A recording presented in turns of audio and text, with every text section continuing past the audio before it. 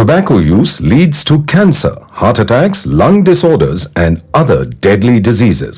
The characters shown in this film or program do not support the use of any type of tobacco products such as bidi, cigarettes, keni, zarda, etc., or their promotion in any manner.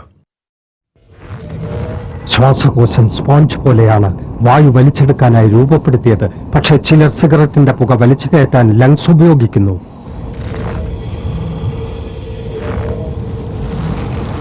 ഒരു ശരാശരി പുകവലിക്കാരന്റെ ശ്വാസകോശത്തിൽ ഓരോ വർഷവും അടിഞ്ഞുകൂടുന്ന കറ പുറത്തെടുത്താൽ അത് എത്രത്തോളമായിരിക്കും?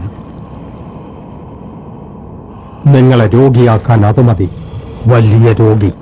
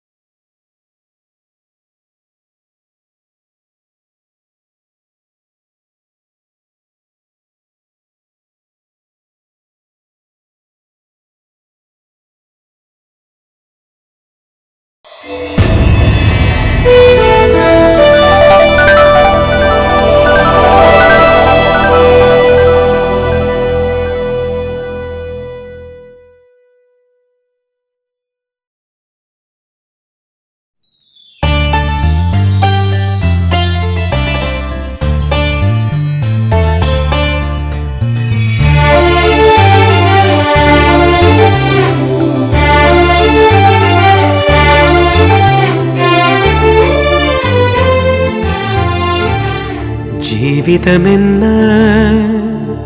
കൂടുകൂട്ടും മുൻപേ ജീവനിൽ കൂട്ടുകാരായി നമ്മൾ.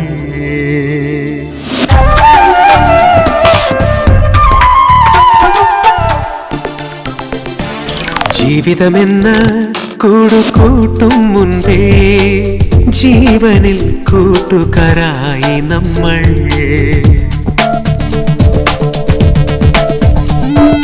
ജീവിതമെന്ന കൂടുകൂട്ടും മുമ്പേ ജീവനിൽ കൂട്ടുകാരായി നമ്മൾ.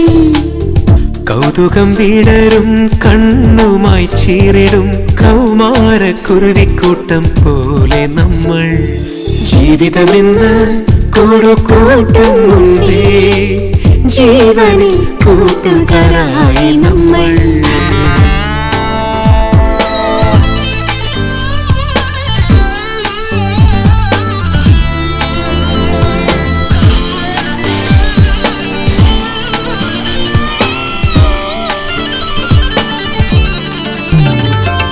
കാറ്റിന്റെ കയ്യിലെ കാണാത്തൊരു ഞാനിൽ മാറ്റോടെയാടാൻ കൊതിക്കും നമ്മൾ.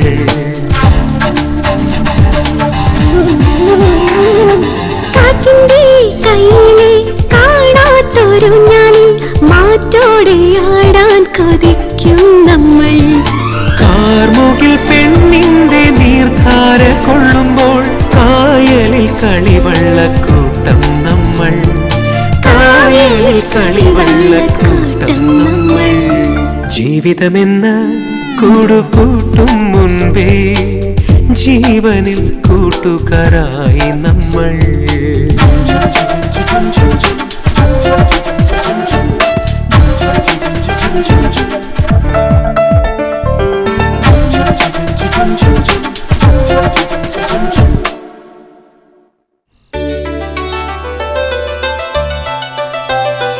റിലേറ്റീവ്സ് ഒക്കെ എത്തിയോ? നീ പോന്നു ഇപ്പൊ എത്തിയുള്ളൂ. ഇതാരാടി? ഓ എന്റെ കൂടെ വർക്ക് ചെയ്യുന്ന വന്നിരിക്കുന്ന സമയം കണ്ടില്ല. അപ്പൊ ശരി ശരി. വർഷമോൾക്കൊരു കോൾ.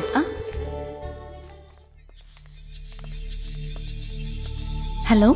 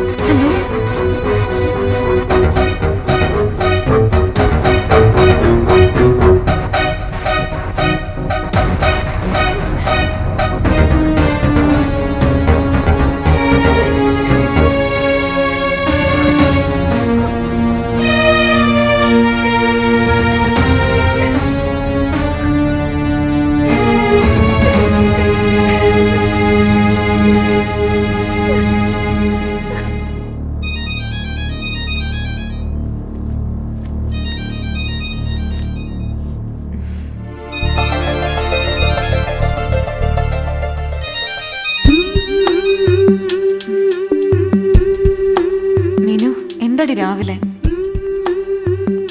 നീ ഇപ്പൊ എവിടെയുണ്ട്? ഹോസ്റ്റലിൽ അല്ലാതെ എവിടാ? ഇത് ചോദിക്കാനാണോ നീ രാവിലെ വിളിച്ചുണർത്തിയത്? എടി, മണി 6 ആയുള്ളൂ. 11:30 മുഹൂർത്തം. കുറച്ചുകൂടെ ഉറങ്ങട്ടടി. അപ്പൊ നീ വിവരമൊന്നും അറിഞ്ഞില്ലേ? ഇന്നലെ രാത്രി വർഷ ശരത്തിന്റെ കൂടെ ഇറങ്ങിപ്പോയി. നീ എന്താ പറഞ്ഞേ? ഇന്ന് ഏപ്രിൽ ഫുൾ അല്ലല്ലോ? സത്യം ഞാൻ പറഞ്ഞത്. ലെറ്റർ എഴുതി വെച്ചിട്ട് അവൾ രാത്രി വീട് വിട്ടുപോയി. വർഷയുടെ ഭാരതി ആന്റി എന്നെ വിളിച്ചു പറഞ്ഞത്. നിന്നോട് പറയാനും പറഞ്ഞു. അതിന് അവൾ ശരത്തിനെ കട്ട് ചെയ്തതാണല്ലോ. അവൾ അവന്റെ കൂടെ ഒളിച്ചോടി പോയിന്ന് പറഞ്ഞാൽ ഞാൻ വിശ്വസിക്കൊന്നുമില്ല. എനിക്കൊന്നും അറിയില്ല ജാനകി. നമ്മൾ അറിയാതെ എന്തോ നടന്നിട്ടുണ്ട്. ശബരി കളിക്കുമെന്ന് എനിക്ക് അപ്പോഴേ സംശയം ഉണ്ടായിരുന്നു. ശബരി ഒന്ന് മനസ്സിൽ പ്ലാൻ ചെയ്താൽ അവൻ അതുപോലെ ചെയ്തിരിക്കും.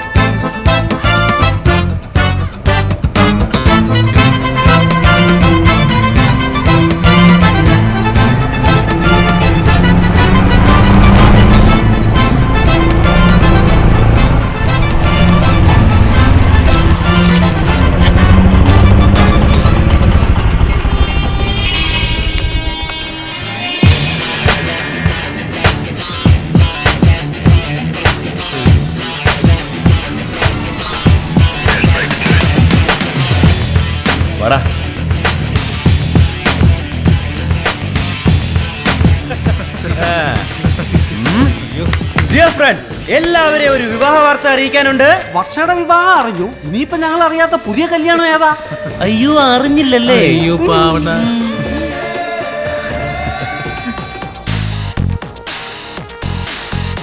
എന്താ ഇവിടെ ഒരു ബഹളം? എന്താടാ ലഡുവായിട്ട്? തന്റെ ബർത്ത്ഡേ ആണോ? വർഷയുടെ കല്യാണക്കാരിയുമാ സാർ ഇവർ പറയുന്നത്. ഇവരെ അവള് കല്യാണത്തിന് ക്ഷണിച്ചിട്ടൊന്നുമില്ല. എങ്കിലും ക്ഷണിക്കാത്ത കല്യാണവും ഓഫീസിൽ നിന്ന് ആഘോഷിക്കാനുള്ള സന്മനസ് അവർക്കുണ്ടായല്ലോ. എന്റെ പങ്കിഞ്ഞ് താ പങ്കു പിടിച്ചോ. സാറിന് കൊടു.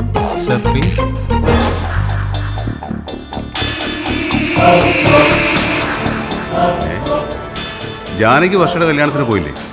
ശരിയാണല്ലോ. അപ്പൊ ജാനകി മീനും ആരും കല്യാണത്തിന് പോയില്ലേ? ക്ഷണിക്കാത്തവരാ ജോസേട്ടാ വിവാഹത്തിന് പങ്കെടുത്തത്. ഞങ്ങൾ 4 പേര്. ചില ആത്മമിത്രങ്ങളുടെ നിഴൽ പോലും അവിടെ കണ്ടില്ല. വിവാഹത്തിന് സാക്ഷിയായത് ഞങ്ങളാ. വിവാഹം കതിർമണ്ഡപത്തിൽ വെച്ചായിരുന്നില്ലെന്ന് മാത്രം. ഇയാൾ എന്തൊക്കെയാ പറയുന്നത്? നിശ്ചയിച്ചതിന് 1 മണിക്കൂർ മുമ്പ് വിവാഹം നടന്നു. രജിസ്റ്റർ ഓഫീസിൽ വെച്ച്. അവളുടെ കഴുത്തിൽ മിന്നു കെട്ടിയത് നമ്മുടെ ശരത്. ഇതെന്താ ജാനകി ഇങ്ങനെ? ഈ കേൾക്കുന്നൊക്കെ സത്യമാണോ? അവര് തമ്മിൽ പിരിഞ്ഞതല്ലേ? പിന്നല്ലേ. ക്യാഷ് കിട്ടിയപ്പോ അവള് തന്നെ പിറകെ അങ്ങ് പോയി. സത്യത്തിൽ എന്താ സംഭവിച്ചെന്ന് പറ. സാർ, ഇന്നലെ രാത്രി ശരത്ത് സൂയിസൈഡ് അറ്റംപ്റ്റ് നടത്തി. തക്ക സമയത്ത് ഞങ്ങൾ കണ്ടതുകൊണ്ട് അവർ രക്ഷപ്പെട്ടു. ആ സ്പോട്ടിൽ വെച്ച് ശബരി അവനൊരു വാക്ക് കൊടുത്തു. വർഷയുടെ കഴുത്തിൽ ഒരാൾ താലി കെട്ടുമെങ്കിൽ അത് ശരത്തായിരിക്കുമെന്ന്. പറഞ്ഞതുപോലെ ശബരി എളിയ വാക്ക് വലിച്ചു. രണ്ടിനെ കെട്ടി നടത്തിയിട്ടാ ഞങ്ങൾ ഇങ്ങോട്ട് വന്നേ. എത്ര ഹാപ്പി ആയിട്ടാണെന്നോ രണ്ടുപേരും കൈപിടിച്ചു പോയത്. ഹണിമൂൺ കൊടൈക്കനാലാണെന്ന് തോന്നുന്നു. 1 മാസത്തിൽ ലീവ് എടുക്കണം സാറേ.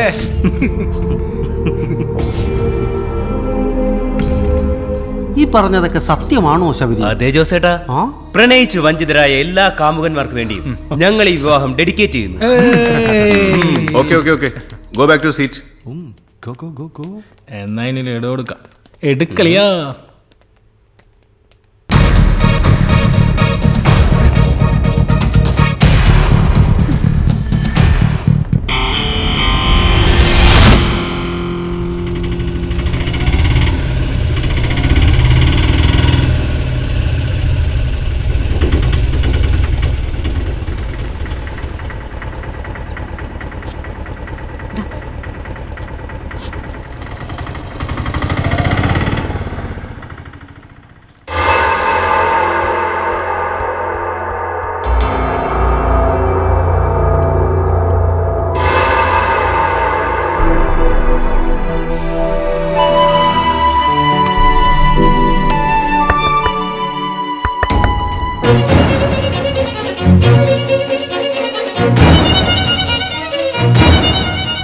നീ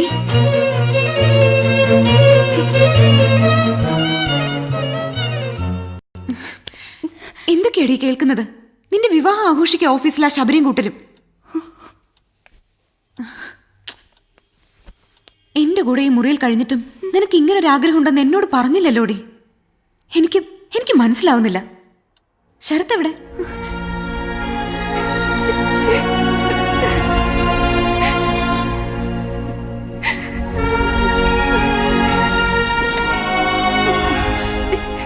എന്തോ ചതി നടന്നിട്ടുണ്ട്.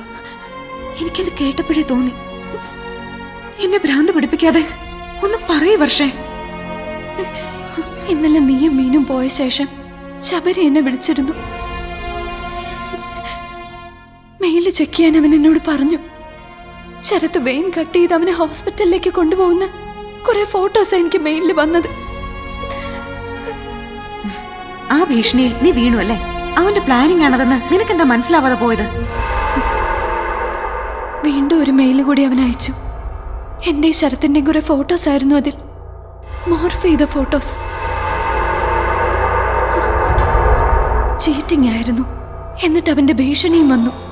രാത്രി ഇറങ്ങി ചെന്നില്ലെങ്കിൽ അവൻ ആ ഫോട്ടോസ് വിവാഹ മണ്ഡപത്തിൽ വിതരണം ചെയ്യുമെന്ന്.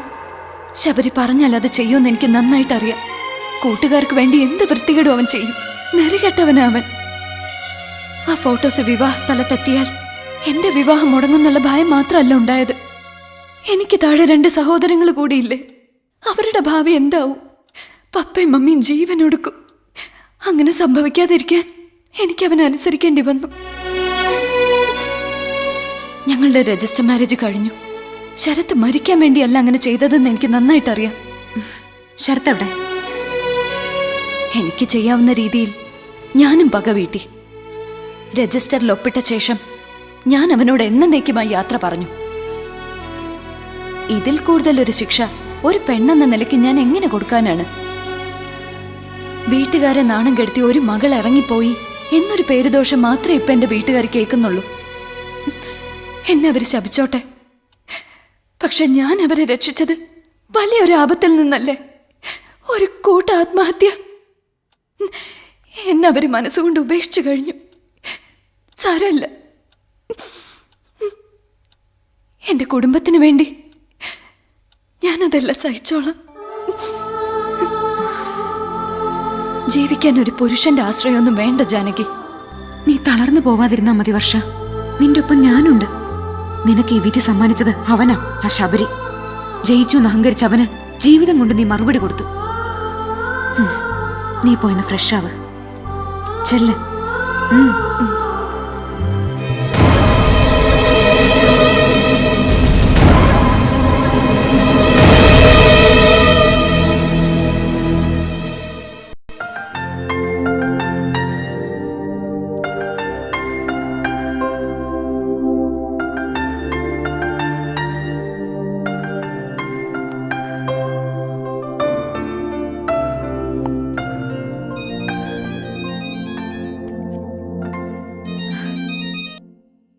Hello mummy.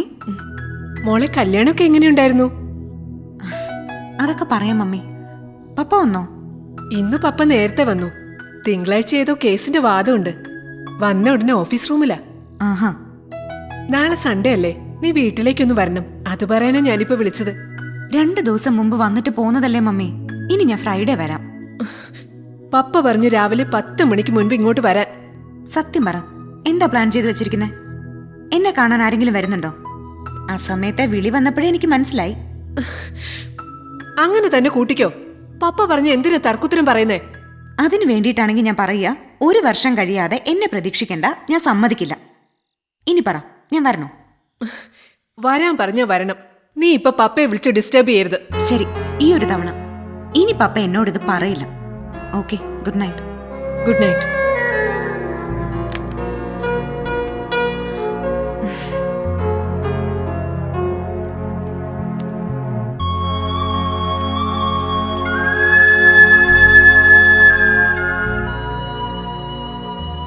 എന്ത് പറഞ്ഞു? ചാടി കടിച്ചോ? ഏയ്, അവള് വരും. വരട്ടെ. പിടിച്ച പിടിയാലെ ഇതങ്ങ് നടത്തണം എന്നൊന്നും എനിക്ക് വിശ്വാസമില്ല. പയ്യൻ വരുന്നതിന് മുമ്പ് അവളിങ്ങ് എത്തിയാ മതിയായിരുന്നു. ആ നീ പോയി കിടന്നോ, ഞാൻ വൈകും.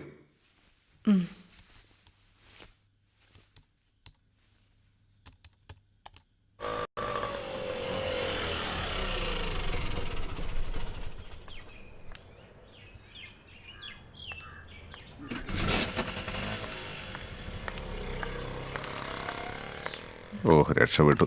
പയ്യനും കൂട്ടരും വരുന്നതിന് മുമ്പ് ഇങ്ങെത്തി. മമ്മിയെ കൊണ്ട് രാത്രി പപ്പയാണ് ഇത് ഓപ്പറേറ്റ് ചെയ്തതെന്ന് എനിക്കറിയാം. ആ ഞാൻ നിന്നോട് സംസാരിച്ച നീ എൻ്റെ നാവടക്കി കളയും. പപ്പ അവർക്ക് വാക്ക് കൊടുത്തു മോളെ. പയ്യൻ സ്ഥലത്തുണ്ട്. ഇന്നലെ വൈകിട്ടാണ് ഞാൻ അവൻ്റെ അച്ഛനുമായിട്ട് സംസാരിച്ചത്. വിവാഹത്തിന് എനിക്ക് സമ്മതമാണെന്ന് പപ്പ അവർക്ക് വാക്ക് കൊടുത്തു അല്ലേ? ഏയ് അങ്ങനെ പപ്പ ചെയ്യോ? അതെന്റെ മോളുടെ മാത്രം ചോയ്സാ. നീ വേഗം ചെന്നൊന്ന് റെഡിയാവും മോളെ, അവര് വരാറായി. എന്തൊരു ബോറം പരിപാടിയായത്. വെച്ചിട്ടുണ്ട് ഞാൻ, നോക്കി വാ. അതേ നിക്ക് ജാനകി, പയ്യൻ ആരാണെന്നോട് കേട്ടിട്ട് പോ. ആരായാലെന്താ, അണിഞ്ഞൊരുങ്ങി ഒരുത്തം വന്നിരിക്കും. ഞാനൊരു പരേഡ് നടത്തും, നന്നായി പെർഫോം ചെയ്യും. പിന്നെ പപ്പയെ നാണം കെടുത്തണ്ടെന്ന് കരുതിട്ടാ. അതോടെ ഈ കേസ് ഫയൽ അങ്ങ് ക്ലോസ് ചെയ്തേക്കണേ. ഇപ്പൊ എന്തായി? അവൾക്കൊരു സർപ്രൈസ് അല്ലേ സംഭവിക്കാൻ പോകുന്നത്. എന്തായാലും അവര് വരട്ടെ.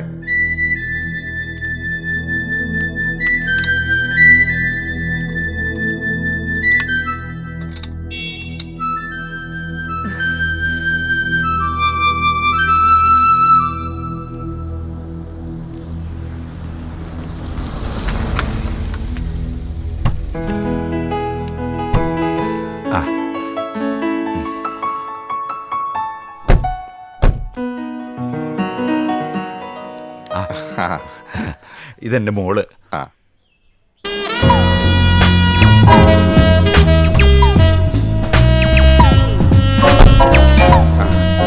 വരും. വാമോനെ, ഇവരെ ഞാൻ ആദ്യമായിട്ടാണ് കാണുന്നത്. ആ ഇതാ പയ്യൻ ശബരി, ഇത് ഇളയവൾ ദേവിക. മോൾ എന്ത് ചെയ്യുന്നു? PG ചെയ്യുന്നു ആന്റി. ആ വാ അങ്ങോട്ടിരിക്കാം. ഇരിക്ക. സത്യത്തിൽ പെണ്ണുകാണൽ ചടങ്ങൊന്നും വേണ്ടിയിരുന്നില്ല. ശബരിയും ജാനകിയും ഒരേ കമ്പനിയിൽ ജോലി ചെയ്യുന്നവരല്ലേ. പിന്നെ ജാനകിയെ ഒരിക്കൽ ഞാനും കണ്ടിട്ടുണ്ട്. എനിക്കാകെയുള്ളത് അവളല്ലേ ദേവാ. അവളുടെ കാര്യത്തിൽ എനിക്ക് ചെയ്യാവുന്ന ഒരു ചടങ്ങും മിസ് ചെയ്യാൻ ഞാൻ തയ്യാറല്ല. ആ നീ ജാനകി വിളിക്ക്.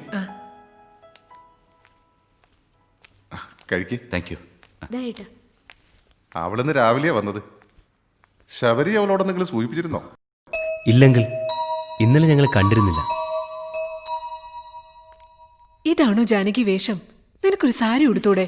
ഇന്ന് ഞാൻ വീട്ടിൽ നിൽക്കാൻ ഉദ്ദേശിക്കുന്ന വേഷമാണിത്. ഇത് മാറ്റാനൊന്നും എനിക്ക് പറ്റില്ല. നീ ഒന്ന് വാ, അവര് വെയിറ്റ് ചെയ്യുന്നു. എനിക്ക് ഒന്ന് വാടി.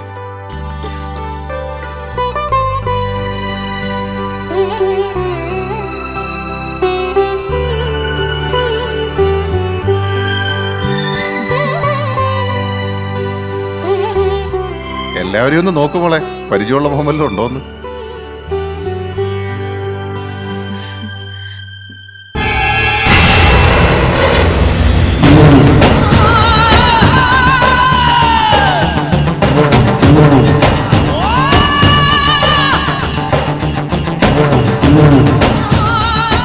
ഞാൻ പറയായിരുന്നു മോളെ, നിങ്ങൾ പരസ്പരം അറിയുന്നവരായിട്ട് ഇങ്ങനെ ഒരു ചടങ്ങിന്റെ ആവശ്യം ഉണ്ടായിരുന്നോ എന്ന്. എല്ലാം അതിന്റെ മുറക്കി നടക്കണമെന്നാ നിന്റെ പപ്പയ്ക്ക്. ശബരിയുടെ സിസ്റ്റർ അല്ലേ? അതെ. നിങ്ങൾക്ക് എന്തെങ്കിലും സംസാരിക്കാനുണ്ടെങ്കിൽ ആവാം. ഏയ് ഞങ്ങളെന്നും കാണുന്നതല്ലേ. ഇനി സംസാരിക്കാൻ കൂടുതൽ വിഷയങ്ങളായല്ലോ.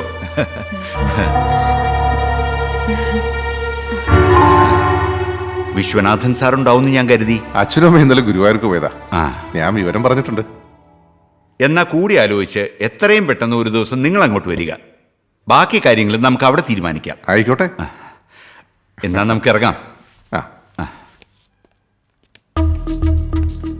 ഇറങ്ങട്ടെ മോളെ.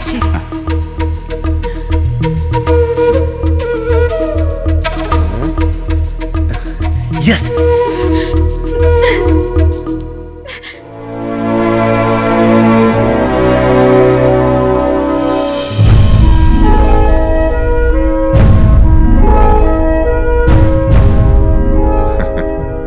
ശബരിയെ കണ്ടപ്പോൾ നിനക്ക് ഒരു ഷോക്കിംഗ് സർപ്രൈസ് ആയെന്ന് എനിക്ക് മനസ്സിലായി. വരുന്നത് അവനാണെന്ന് പറയാൻ പോലും നീ എന്നെ അനുവദിച്ചില്ലല്ലോ. ഞാനത് കാര്യാക്കുന്നില്ല പപ്പ. ആരായാലും എനിക്കൊരുപോലെയാ. പക്ഷേ പപ്പ അത് ഒഴിവാക്കിയേ തീരൂ. അവർ വളരെ താല്പര്യപ്പെട്ടാ പോയത്. ദേവരാജൻ ഉയർന്ന റാങ്കുള്ള ഒരു പോലീസ് ഉദ്യോഗസ്ഥരാ. നല്ല തറവാടും സാമ്പത്തികമായി നമ്മളെക്കാൾ മുന്നിൽ അവര്. ഇന്നലെ വൈകുന്നേരം അയാൾ ഫോണിൽ ഇങ്ങോട്ട് വിളിച്ചായി പ്രപ്പോസൽ വെച്ചത്. രാവിലെ വരാൻ ഞാനും പറഞ്ഞു. എന്റെ മോള് നോ പറയരുത്. ഒരു തരത്തിലും ഞാൻ കോംപ്രമൈസ് ആവൂല. പപ്പ മുത്തശ്ശന്റെ പിന്തുണ നേടാനും നോക്കണ്ട. ഞാൻ എന്ത് മറുപടി പറയും ദേവരാജനോട്? ശബരിയെ ഇഷ്ടപ്പെടാത്തത് കൊണ്ടല്ല എന്ന് പറഞ്ഞാൽ മതി. പപ്പയും അയാളും തമ്മിലുള്ള ഫ്രണ്ട്ഷിപ്പ് നഷ്ടപ്പെടരുതെന്ന് എനിക്ക് ആഗ്രഹമുണ്ട്. ഒരു വർഷം കഴിഞ്ഞേ ഞാൻ വിവാഹത്തിനുള്ളൂ എന്ന് പറഞ്ഞാൽ മതി. പപ്പ പ്ലീസ് പപ്പ.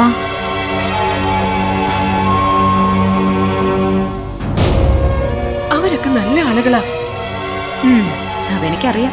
ശബരിയെ ഞാൻ കാണുന്നതല്ലേ, വളരെ നല്ല ആളുകളാ. എന്റെ പപ്പ ഒരു പാവമായി പോയി. അതുകൊണ്ട് നിന്റെ താളത്തിനൊത്ത് തുള്ളുന്നു. മമ്മി ചെല്ല്. വായിക്ക് രുചിയായിട്ട് എന്തെങ്കിലും ഒന്ന് ഉണ്ടാക്കൂ. ഇങ്ങോട്ട് വരുന്നതിന് അങ്ങനെങ്കിലും ഒരു ഗുണം ഉണ്ടാവട്ടെ. ഞാനൊന്നും പറയുന്നില്ല.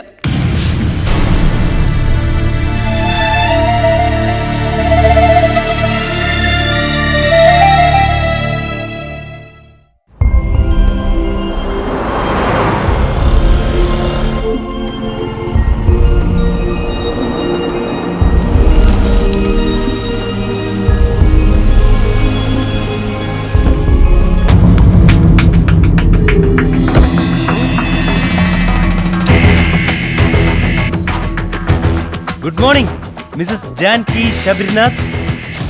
അയ്യടാ, നന്നായിരുന്നു. ഇത്രത്തോളം ഞാൻ പ്രതീക്ഷിച്ചില്ല. ഇവിടെ എല്ലാരോടും പറയണമെന്നുണ്ട്. അതെനിക്ക് തന്നെ നാണക്കേടാവുമല്ലോ എന്ന് കരുതിയിട്ട് ഞാൻ മറക്കാൻ ശ്രമിക്കുക. ഇയാൾ എന്താ കരുതിയത്? പ്രൊപ്പോസലുമായി നേരെ വീട്ടിൽ വന്നാ ഞാനങ്ങ് വീണു പോവെന്നോ? ഓഹോ, അപ്പൊ നീ എന്നെ പരിഹസിക്കുകയായിരുന്നു അല്ലേ?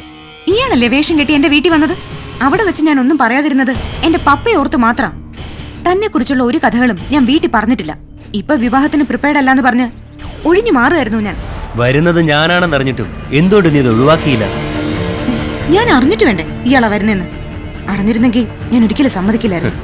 പച്ചക്കള്ളം. നിന്റെ പപ്പയ്ക്കും എല്ലാം അറിയായിരുന്നു. നമ്മൾ ഒരേ കമ്പനിയിൽ ജോലി ചെയ്യുന്നവരാണെന്ന് ഡാഡി നിന്റെ പപ്പയോട് ഫോണിൽ പറയുന്നത് ഞാൻ കേട്ടത്. So you purposely insulted. വർഷയോട് ഞാൻ ചെയ്തതിന്റെ പകയല്ലേ നീ എന്നോട് തീർത്തത്? ഇയാളെ എന്റെ ഇന്നസെൻസ് ബോധ്യപ്പെടുത്തേണ്ട കാര്യം എനിക്കില്ല. നിക്കടി.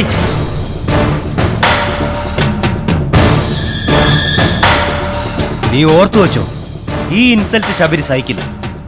എന്നെ ക്ഷണിച്ചു വരുത്തി നാണം കെടുത്തിട്ട് നീ മറ്റൊരാളെ കല്യാണം കഴിക്കാന്ന് കരുതണ്ട.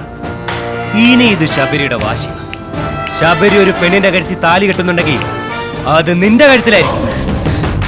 നീ ആണാണെങ്കിൽ അത് ചെയ്ത് കാണിക്കും ശബരി. എല്ലാ പെണ്ണിനെ ഒരേ കണ്ണിൽ കാണുന്ന നിന്റെ അഹങ്കാരം ഈ ജാനകിയോട് വേണ്ട. കയ്യിലുള്ള ഏത് ചീപ്പ് നമ്പർ വേണമെങ്കിലും എടുത്ത് പ്രയോഗിക്കുക. അതെ, വർഷയല്ല ജാനകി.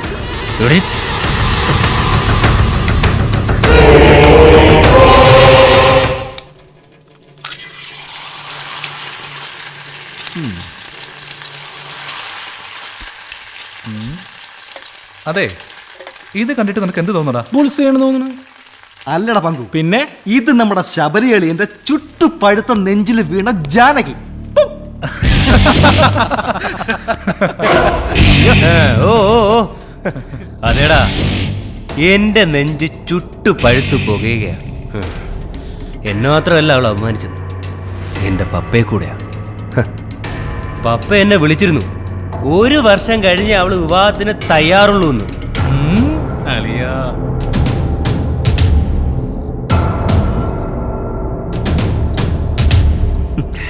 എന്താടാ നീ എന്തേലും കുരുത്തക്കേട് അവളോട് മുമ്പ് കാണിച്ചിട്ടുണ്ടോന്നാ പപ്പ എന്നോട് ചോദിച്ചത്.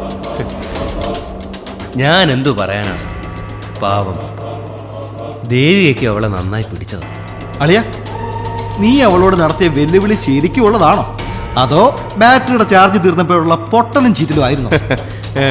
ശബരിക്ക് വാക്കൊന്നേ ഉള്ളൂ. വേറൊരുത്തന്റെ മുമ്പിൽ അവള് തലകുനിച്ച് കൊടുക്കില്ല, അതിന് ഞാൻ സമ്മതിക്കില്ല. എന്നോട് അവള് പക തീർത്താണെങ്കിൽ ക്ഷമിക്കും. പക്ഷേ എന്റെ പപ്പയും പെങ്ങളും എന്ത് കഴിച്ചു? നിങ്ങൾ കാണേണ്ടായിരുന്നു അവളുടെ പെർഫോമൻസ്. എല്ലാവരുടെ മുമ്പിലും തകർത്തഭിനയിച്ചു. അന്നേരം എനിക്കൊരു പ്രതീക്ഷ വന്നതാ. 1 വർഷം കഴിഞ്ഞ് അവൾ വിവാഹത്തിനുള്ളൂ എന്നല്ലേ നിന്നോട് പറഞ്ഞത്? 1 വർഷം കൊണ്ട് നിനക്ക് അവൾ അടിച്ചെടുക്കാലോ. ഒന്ന് ചലിക്കാൻ പോലും കഴിയാത്ത രീതിയിൽ ഞാൻ അവളെ പൂട്ടും. ശബരിയെക്കുറിച്ച് അവൾക്കൊന്നും അറിയില്ല. അറിയാൻ പോകുന്നതേ ഉള്ളൂ.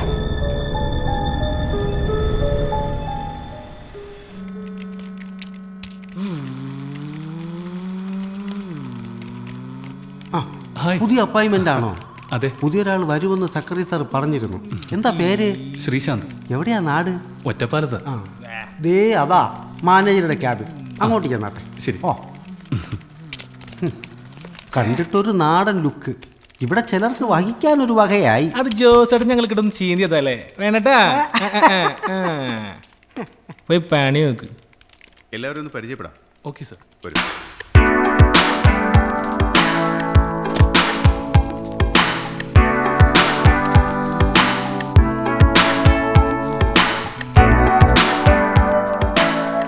എക്സ്ക്യൂസ് മീ, ഇത് മിസ്റ്റർ ശ്രീശാന്ത്, നമ്മുടെ ഓഫീസിലെ പുതിയ അപ്പോയിന്റ്മെന്റ്. ഹായ്. ഹായ്.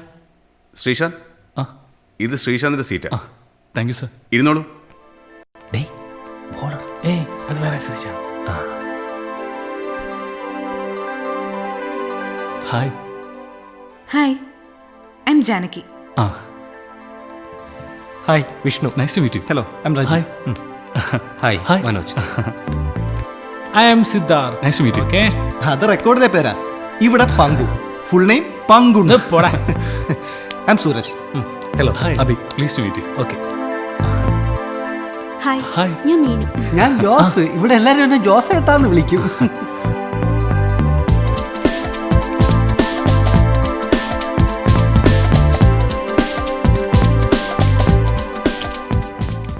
ഹായ്, ഞാൻ ശ്രീശാന്ത്.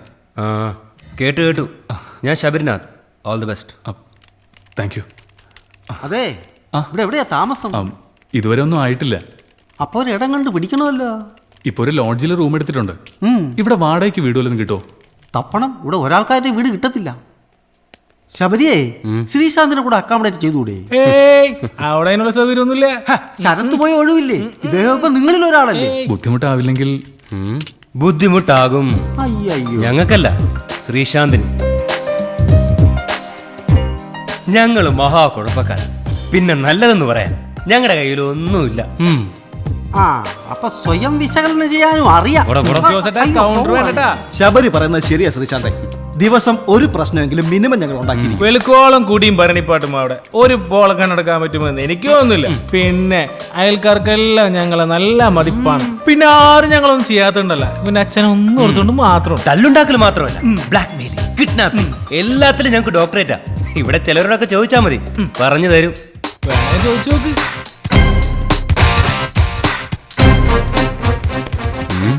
എന്താ കൂടുന്നു?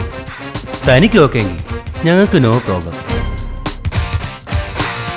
എനിക്ക് സമ്മതം. നീ ബീറടിക്കോ? ഇല്ല. അടി ഉണ്ടാക്കാൻ അറിയാം നിനക്ക്? ഇല്ല. Any love of? ഹേയ്, ഇല്ല. ഞങ്ങളുടെ കൂടെ കൂടാൻ യാതൊരു യോഗ്യതയും തനിക്കില്ല. വേറെ സ്റ്റാൻഡ് പിടിച്ചേ. അതെ, ഞാൻ നല്ല രീതിയിൽ ഫുഡ് ഉണ്ടാക്കും. പിന്നെ നിങ്ങൾക്കാർക്ക് ഇഷ്ടക്കേടുണ്ടാക്കാത്ത ഒരു നല്ല ഫ്രണ്ട് ആയിരിക്കും. ഇതൊക്കെ പോരെ? മതി. അപ്പോ ഇവൻ ഔട്ട്.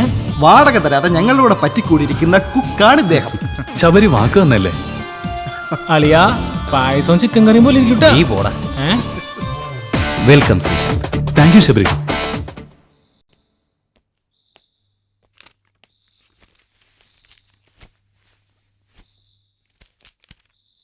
കണ്ടിട്ടാളൊരു പാവത്താനെ പോലെ ഉണ്ട്.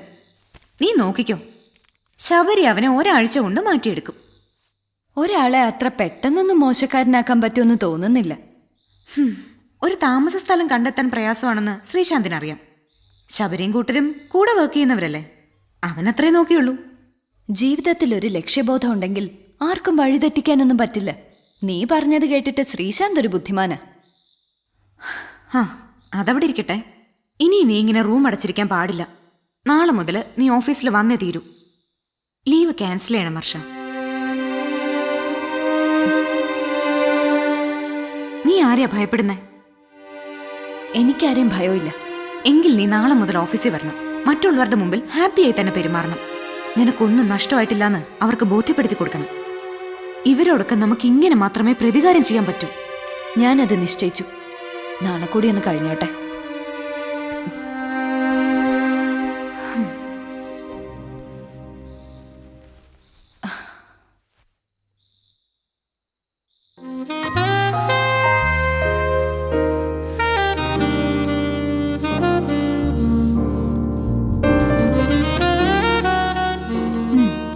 ഗുഡ്.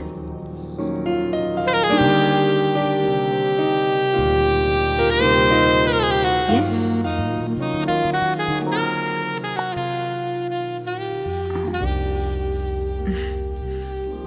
പിന്നീടാവട്ടെ.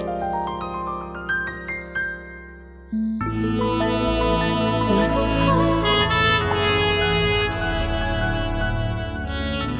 നാളെ ഫ്രീ ആവില്ല.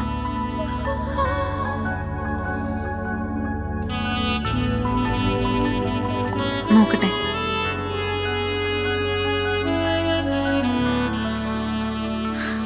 അന്ന് കാണാം.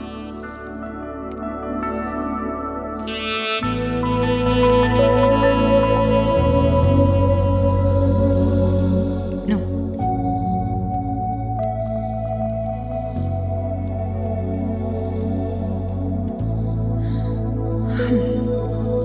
ഓക്കെ.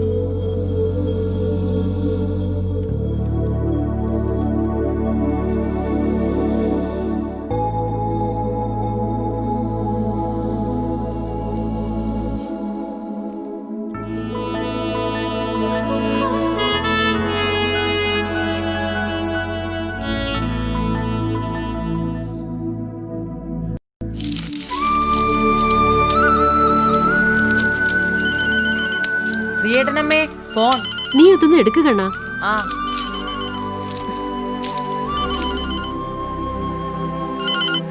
ഹലോ. ഹലോ, എടാ കണ്ണ, ഞാനാടാ ശ്രീയേട്ടൻ. ആ ശ്രീയേട്ടാ. എടാ, നീ എന്നും കൂട്ടുകിടക്കാൻ വരുന്നുണ്ടല്ലോ. പിന്നില്ലേ, അവിടെ സുഖമാണോ ശ്രീയേട്ടാ? എനിക്കും തിരുവനന്തപുരം കാണണം. നിന്നെ ഒരു ദിവസം ഞാൻ കൊണ്ടുവരാടാ. നീ ധൈര്യമായിട്ടിരിക്കെ. ശരി ശ്രീയേട്ടാ, ഞാൻ ശ്രീയേട്ടൻ്റെ അമ്മയെ വിളിക്കാം.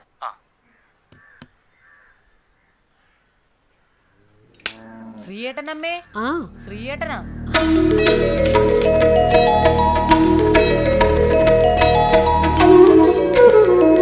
മോനെ, താമസം സുഖം, നല്ല ഭക്ഷണം, നല്ല കൂട്ടുകാർ, ഇതൊക്കെ അറിഞ്ഞ പോലെ എന്റെ അമ്മയ്ക്ക്. ഒന്നോർത്തു എന്റെ അമ്മ വിഷമിക്കണ്ട. ദേ എണ്ണ മാറി തേക്കില്ലേ. ഇല്ലമ്മേ, അവിടെ ഉപ്പുവെള്ളമായിരിക്കും. എന്റെ അമ്മേ, ഈ വേവലാതിക്കൊന്ന് നിർത്ത്. അമ്മയുടെ പ്രാർത്ഥന കൊണ്ടാ ഇത്രയും നല്ലൊരു താമസ സ്ഥലം കിട്ടിയത്. നല്ല സുഹൃത്തുക്കളാമേ ഇവരൊക്കെ. നമ്മുടെ പ്രശ്നങ്ങളൊക്കെ തീരും. അമ്മയെ ഞാൻ ഇങ്ങോട്ട് കൊണ്ടുവരും. ഇനിയുള്ള കാലം നമ്മൾ ഇവിടെ ജീവിക്കും, അമ്മയുടെ നാട്ടിലെ. അങ്ങനൊരു മോഹമൊന്നും അമ്മയ്ക്കില്ല മോനെ. ഞായറാഴ്ച ഞാൻ അമ്മയുടെ തറവാട് തേടി ചെറിയൊരു അന്വേഷണം നടത്തുന്നുണ്ട്. ഇപ്പൊ അതൊന്നും വേണ്ട മോനെ. ശരി അമ്മേ, ഞാൻ വിളിക്കാം. ശരി മോനെ. അമ്മയാ.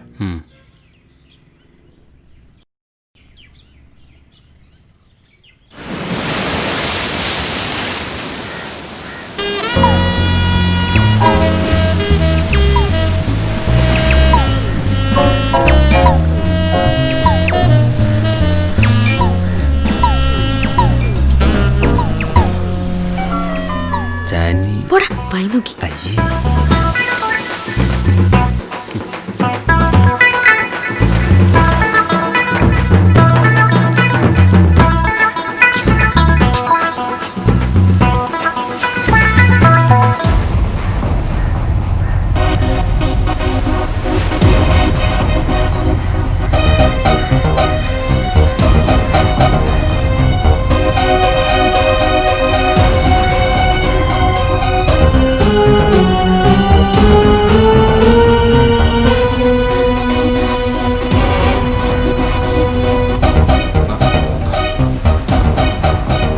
ഹലോ.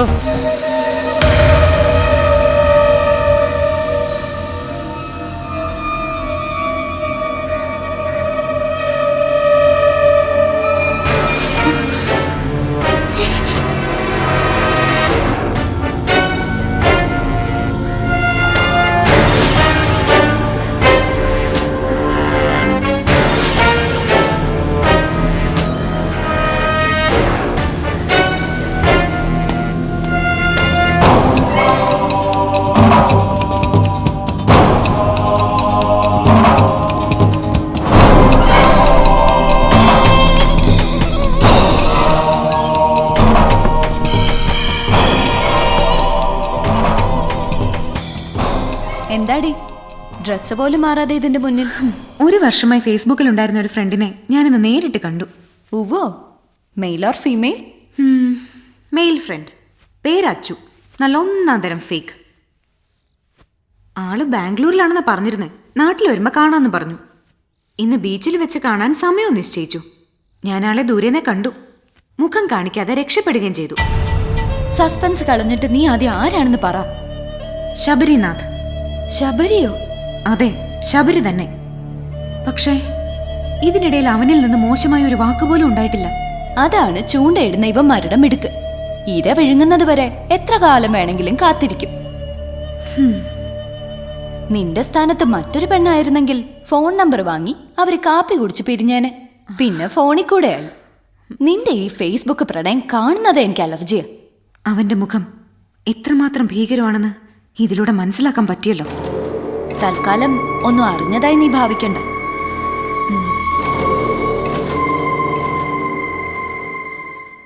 ആ ഷോപ്പ് കുഴപ്പമില്ല, കുറച്ച് റീസണബിളാ അല്ലേ? പിന്നെ റെഡിമെയ്ഡ്സും കൊള്ളാം. എന്നാലും മെറ്റീരിയൽസിലെ selection hi Janaki. Hi Sree. എന്താ ഇവിടെ? ഞങ്ങള് ഷോപ്പിംഗ് കഴിഞ്ഞു വരുന്ന വഴിയാ. ഇന്ന് സൺഡേ അല്ലേ? ആ, മനസ്സിലായോ? ഇതാണ് ശ്രീശാന്ത്. ഹായ്, ഞാൻ വർഷ. ഹായ്. ഇങ്ങനെ ഒരാളെ പറ്റി കേട്ടിരുന്നു. നാട്ടിലായിരുന്നു. ആ, വർഷ നാളെ മുതൽ വരുന്നുണ്ട്. എവിടെ ഫ്രണ്ട്സ്? ഹോളിഡേ അല്ലേ, അവര് ബീച്ചിലോ മറ്റോ പോയതാ. അതെന്താ ശ്രീ പോവാതിരുന്നത്? നത്തിങ്. ഇങ്ങനെ നിന്ന് സംസാരിക്കണോ? നമുക്കൊരോ കോഫി കുടിച്ചാലോ? എന്താ ശ്രീശാന്ത്? ഓയസ്.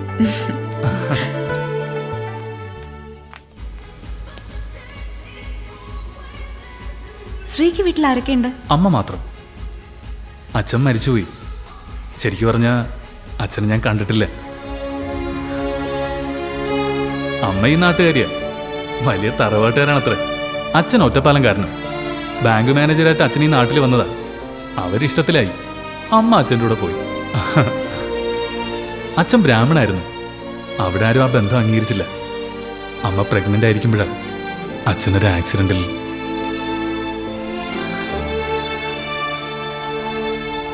ആ, വലിച്ചു നീട്ടുന്നില്ല. അമ്മ എങ്ങനെയൊക്കെ എന്നെ വളർത്തി ഇതുവരെ എത്തിച്ചു.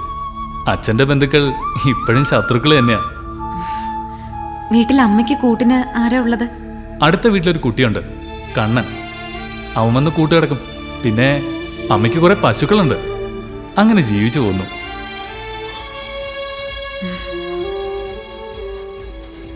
അതുകൊട്ടെ, ജാനകിയും വർഷം പറ്റി ഒന്നും പറഞ്ഞില്ല. പപ്പ അഡ്വക്കേറ്റാ, അമ്മ ഹൗസ് വൈഫ്. എന്റെ സ്റ്റോറി ശ്രീ ഇപ്പൊ ചോദിക്കരുത്. അറിയണമെങ്കിൽ എന്റെ ആബ്സെൻസിൽ ജാനകിയോട് ചോദിക്കും. വർഷയ്ക്ക് എന്തെങ്കിലും ഇഷ്യൂസ് ഉണ്ടെങ്കിൽ സ്വയം ഉൾവലിയരുത്. എല്ലാവരുടെ ഒപ്പം കൂടുമ്പോ അതൊക്കെ മറക്കാനാവും. അല്ല, ആർക്കാ ഇപ്പൊ പ്രശ്നങ്ങളില്ലാത്തത്? ബില്ല് ഞാൻ പെയ്യ. ഞാനല്ലേ കോഫി കുടിക്കാൻ വിളിച്ചത്. ഇതൊരു ചെറിയ ബില്ല. വലുത് വരുമ്പോ വർഷം പെയ്തോ. ഓക്കെ.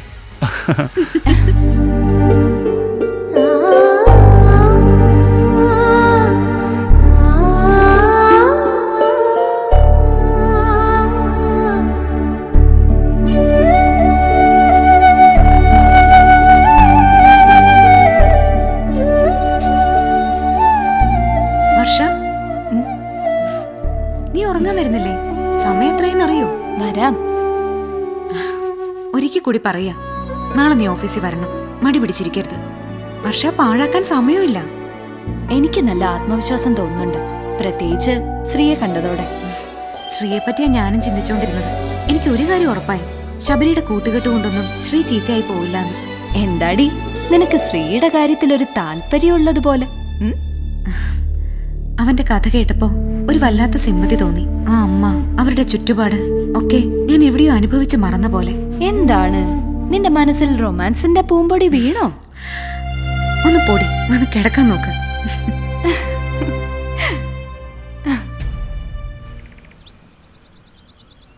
ആ, വർഷ വന്നല്ലോ. Good morning sir. Good morning Varsha. എന്താടോ തന്നെപ്പറ്റി കേൾക്കുന്നത്? വിവാഹം കഴിഞ്ഞ അന്ന് തന്നെ രണ്ടും രണ്ടു വഴിക്കായോ? സർ, അത് ആ, ഓക്കെ. നാളെ 8 മണിക്കാണ് നമ്മൾ പുറപ്പെടുന്നത്. ഒരു വൺ ഡേ പിക്നിക്. ഞാൻ വരുന്നില്ല സർ. വർഷയ്ക്ക് എന്താ പ്രോബ്ലം? Nothing sir. ഓക്കെ. ആ ശബരിയും ഫ്രണ്ട്സും ഇതുവരെ എത്തിയില്ലല്ലോ. ഇപ്പൊ വരും സർ. ഓ, എല്ലാവരും പിക്നിക്കിനുണ്ടായിരിക്കണം. ജോസിനോട് എല്ലാം അറേഞ്ച് ചെയ്യാൻ പറഞ്ഞിട്ടുണ്ട്. ഓക്കെ.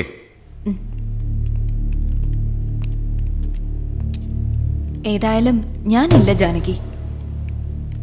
ഞാൻ പോകുന്നുണ്ടെങ്കിൽ നീയും കാണും. എന്തായാലും ഒരു ചേഞ്ച് നിനക്ക് വേണം ജാനകി. ഞാൻ അതെ, എന്താ വർഷ പറയുന്നത്? പിക്നിക്കിന് വരുന്നില്ലെന്നാണോ? ദേ, ഇവിടെ ഇരുന്ന് തല പുകയല്ലേ. അതിനിടയിൽ നമ്മുടേതായ പ്രശ്നങ്ങൾ വേറെ. മനസ്സിന് അല്പമെങ്കിലും ആശ്വാസം കൊടുത്തില്ലെങ്കിലേ വട്ട് പിടിച്ചു പോകും. അതിനു വേണ്ടിയിട്ടാ കമ്പനി ഇടയ്ക്കിടയ്ക്ക് ഇങ്ങനെ ഓരോ ടൂർ പ്ലാൻ ചെയ്യുന്നത്.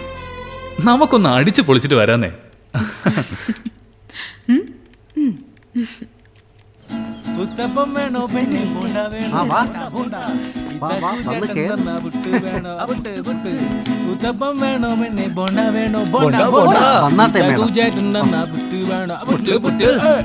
സമയമായി, ആരും കേറുന്നില്ലേ? പോണ്ടേന്ന് പാട്ടും പാടി നിന്നാ മതിയോ? പോണ്ടേ? അതിന് സ്ത്രീ വന്നിട്ടില്ലല്ലോ. നീ അവനെ പറഞ്ഞു വിട്ടത്. അതേ വന്നല്ലോ.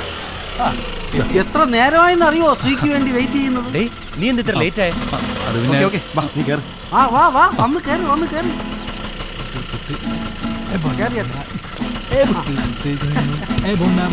പിന്നീടാവാം പാട്ടും കളിയും ഒക്കെ. വിട്ടോ വിട്ടോ, വണ്ടി വിട്ടോ. വാ.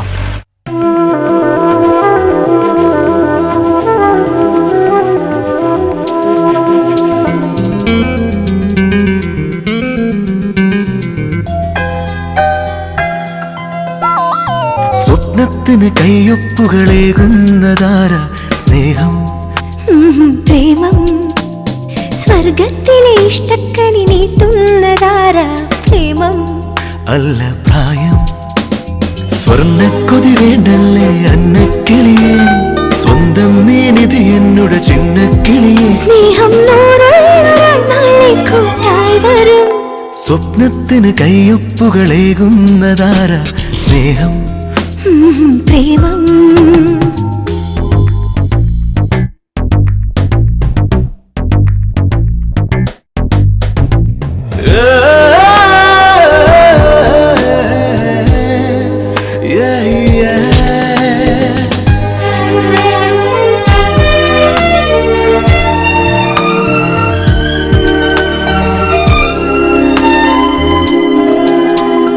കൂടുമ്പോൾ എന്താദ്യം ചൊല്ലിടണം ചൊല്ലുന്നതോരൊന്നും ചീട്ടിടല്ലേ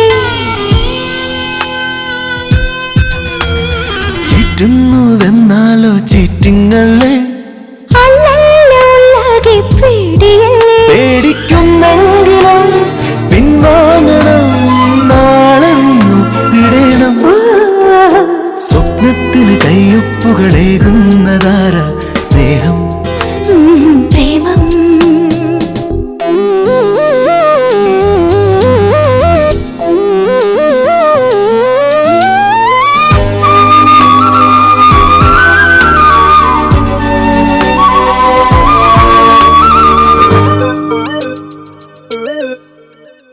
ഒപ്പിട്ടാൽ എന്തെല്ലാം ചെയ്തിടണം ഒക്കുന്ന പോലെ നീ നീങ്ങിടണം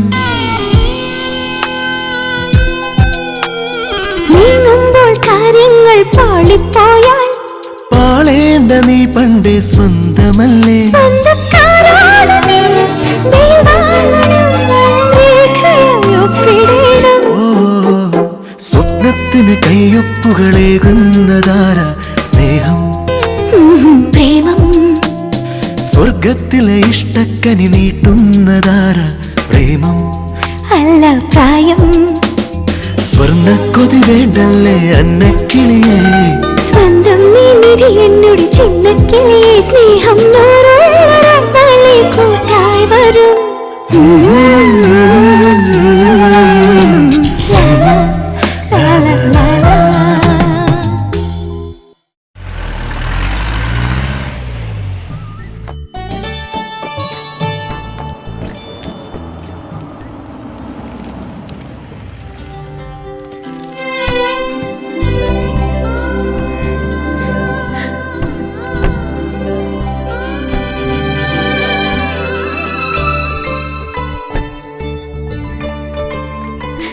മുത്തശ്ശ വാ വാ ഇരിക്കേ അമ്മേ. ഈ കപട സ്നേഹമൊന്നും വേണ്ട. പ്രായമായവർ ജീവിച്ചിരിക്കുമ്പോൾ ആഴ്ചയിൽ ഒരിക്കലെങ്കിലും ഒന്ന് കാണാനുള്ള മനസ്സുണ്ടാവണം. മുത്തശ്ശനെ ഞാൻ മുടങ്ങാതെ വിളിക്കാറില്ലേ? നിന്റെ ശബ്ദം കേൾക്കുമ്പോഴാ കാണാനുള്ള കൊതി ഞങ്ങൾക്ക് കൂടുന്നത്. ഞങ്ങളുടെ സ്വപ്നം നീയല്ലേ മോളെ? നിനക്കൊരു പ്രപ്പോസൽ വന്നതും നീ അത് പറത്തിക്കളഞ്ഞതും ഒക്കെ ഞാൻ അറിഞ്ഞു. എന്നെ പിടിച്ചു കെട്ടിക്കണമെന്ന് ഇവർക്ക് എന്താ മുത്തശ്ശ ഇത്ര വാശി? ഇപ്പൊ ഞാൻ ഇവരുടെ മാത്രം സ്വന്തം. വിവാഹം കഴിഞ്ഞാ വീട് വിട്ടു പോവേണ്ടി വരില്ലേ? അതെന്താ ഈ പപ്പയും മമ്മിയും ഓർക്കാത്തത്? ഇതാ അച്ഛന്റെ ചെല്ലക്കുട്ടിയുടെ വാദങ്ങൾ. ആ, ഇവള് പറയുന്നത് ശരിയല്ലേടാ. നിങ്ങൾ അവളെ കെട്ടിച്ചു വിട്ടാൽ ഞാൻ ശാരദയുടെ അനുഭവിക്കുന്ന ഏകാന്തത നിങ്ങളും അനുഭവിക്കും. എന്റെ റോൾ മോഡൽ മുത്തശ്ശനാണെന്ന് ഞാൻ എപ്പോഴും പറയാറുള്ളതിന്റെ കാരണം പപ്പയ്ക്ക് ഇപ്പം മനസ്സിലായല്ലോ. ഇനി ഞാനെന്ത് പറയാനാ? കാര്യമൊക്കെ ശരി തന്നെ. പക്ഷേ ചില കാര്യങ്ങൾ നടക്കേണ്ട സമയത്ത് നടന്നേ തീരൂ. മുത്തശ്ശൻ റൂട്ട് മാറ്റി തുടങ്ങി. ആ, മുത്തശ്ശൻ ഇനി കുറച്ച് സീരിയസ് ആകാൻ പോവാ. എന്ന് വെച്ചാ എന്റെ കല്യാണം ഉടൻ നടത്തിക്കുമെന്ന്. ഒരു കൊല്ലം കൂടി കഴിഞ്ഞിട്ട് മതി നിന്റെ വിവാഹം എന്ന് തന്നെ ഞാനും ആഗ്രഹിച്ചിരുന്നത്. കൃഷ്ണേന്ദ്രൻ വിളിക്കുമ്പോഴൊക്കെ അവള് കളിച്ചു ചിരിച്ച് നടക്കട്ടേടാ എന്ന് പറയാൻ കാരണവും അത് തന്നെയാ. ഇപ്പൊ എന്താ മുത്തശ്ശന് വീണ്ടും വിചാരം വന്നത്? ആ, ജാനിമോളുടെ ജാതകം നമ്പീശനെ കൊണ്ട് ഞാൻ നോക്കിച്ചു. 23 വയസ്സിന് മുമ്പ് വിവാഹം നടന്നില്ലെങ്കിൽ പിന്നെ 32 കഴിയണമെന്നാ അയാൾ പറഞ്ഞത്. ഇപ്പൊ മനസ്സിലായി, എല്ലാവരും കൂടിയുള്ള ഒത്തുകളിയായത്. ഞങ്ങൾ ഈ കാര്യങ്ങളൊന്നും അറിഞ്ഞിട്ടില്ല. ഇനി നീട്ടിക്കൊണ്ടു പോകാൻ പറ്റില്ല മോളെ. അടുത്ത പിറന്നാളിന് മുമ്പ് വിവാഹം നടത്തിയേ തീരൂ. ജാനിമോളുടെ വിവാഹ കാര്യത്തിൽ ധൃതി വേണ്ടെന്ന മനസ്സ് തന്നെയായിരുന്നു മുത്തച്ഛനും. എൻ്റെ നിർബന്ധം കൊണ്ടാ ജാതകം പരിശോധിച്ച് നോക്കിയത്. ജാതകത്തിൽ പറയുന്നത് സത്യമാണ് മോളെ. അതറിഞ്ഞതു മുതൽ നിന്റെ മുത്തച്ഛൻ ആകെ ഉത്കണ്ഠയായി. എടുപിടിയിൽ നിന്ന് നിങ്ങളെ വിളിച്ചു വരുത്തിയതും അതുകൊണ്ടാ. എന്നാലും മുത്തച്ഛ, എനിക്ക് നിന്നോട് മാത്രമായി കുറെ സംസാരിക്കണം. എന്റെ മോളിങ്ങി വന്നേ. വലിയ ജഡ്ജി ആയിരുന്നാണല്ലേ മുത്തശ്ശൻ. ജാതകത്തിലൊക്കെ വിശ്വാസമുണ്ടോ മുത്തശ്ശന്? എന്തിന് വിശ്വാസം ഇല്ലാന്ന് പറയണം? ദൈവത്തിന്റെ നിയമാവലി പോലെ നമ്മൾ അതിനെ കാണണം മോളെ. നിയമം അനുസരിച്ച് നമ്മൾ ജീവിക്കുന്നില്ലേ? അതുപോലെ ഇത്തരം കാര്യങ്ങളിലും ഒരു വിശ്വാസം ഉണ്ടായിരിക്കുന്നത് തെറ്റല്ല. പിന്നെ നിന്റെ മനസ്സിലൊരു ശ്രീരാമൻ കയറിയിട്ടുണ്ടോ എന്ന് മുത്തശ്ശന് തോന്നി. വേറെ ഒന്നുമല്ല മോളെ, നിന്റെ കമ്പനിയിൽ തന്നെ ജോലിയുള്ള സുന്ദരനായ ഒരു ചെറുപ്പക്കാരൻ്റെ പ്രപ്പോസൽ വന്നില്ലേ? കൃഷ്ണേന്ദ്രന് അതിൽ വലിയ താല്പര്യമുണ്ടായിരുന്നു. നീ അത് വേണ്ടെന്ന് പറഞ്ഞപ്പോൾ മുത്തശ്ശന് തോന്നിയ സംശയമാണ്. മുത്തശ്ശനിൽ നിന്ന് എനിക്കൊന്നും മറക്കാനില്ല. അന്നത് പറഞ്ഞപ്പോ എന്റെ മനസ്സിൽ ആരും ഉണ്ടായിരുന്നുമില്ല. പക്ഷെ ഈയിടെ ഞാനൊരാളെ പരിചയപ്പെട്ടു. കമ്പനിയിൽ പുതിയതായി വന്ന ആളാ. ശ്രീരാമനല്ല, ഒരു ശ്രീശാന്ത്. മുത്തശ്ശനെ ഞാൻ സമ്മതിച്ചു കേട്ടോ. കേക്കട്ടെ കേക്കട്ടെ. അയ്യോ, അങ്ങനെ ലവ് അഫെയർ ഒന്നും ആയിട്ടില്ല. അങ്ങോട്ടും ഇങ്ങോട്ടൊന്നും പറഞ്ഞിട്ടുമില്ല. മതി, ഇനിയുള്ള കാര്യങ്ങൾ മുത്തശ്ശൻ ഹാൻഡിൽ ചെയ്തോളാം. അയ്യോ മുത്തശ്ശ, ആ, നിന്റെ കൂടെ ഞാനില്ലേ?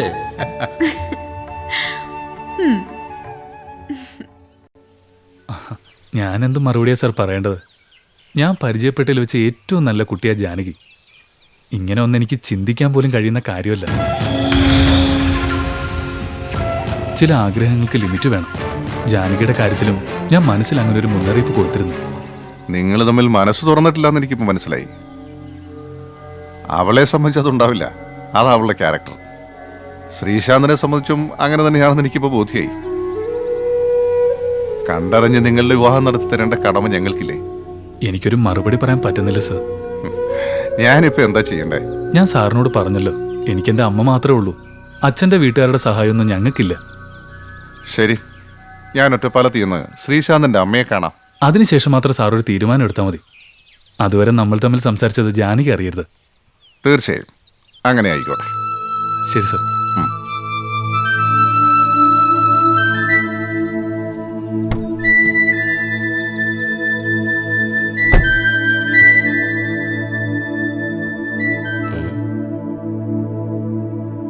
ശബരിയോട് എനിക്കൊരു കാര്യം സംസാരിക്കാനുണ്ട്. വേണ്ട, നീ പറടാ. ഞാൻ ഡോറൊന്ന് അടയ്ക്കട്ടെ. ഡേയ്, ഇടിക്കാമല്ലോ ആണോ?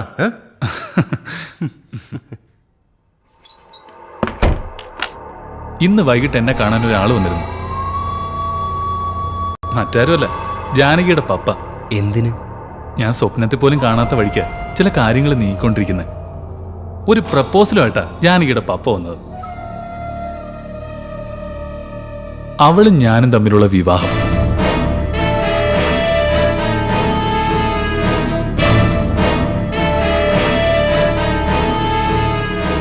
ഒരു വർഷത്തിനുള്ളിൽ വിവാഹം നടത്താൻ അവരുടെ തീരുമാനം. അത് കഴിഞ്ഞാൽ പിന്നെ 10 വർഷം കഴിയണോത്രേ. അങ്ങനൊരു സംസാരം വന്നപ്പോ അവള് മുത്തച്ഛനോട് എന്റെ കാര്യം സൂചിപ്പിച്ചതാ.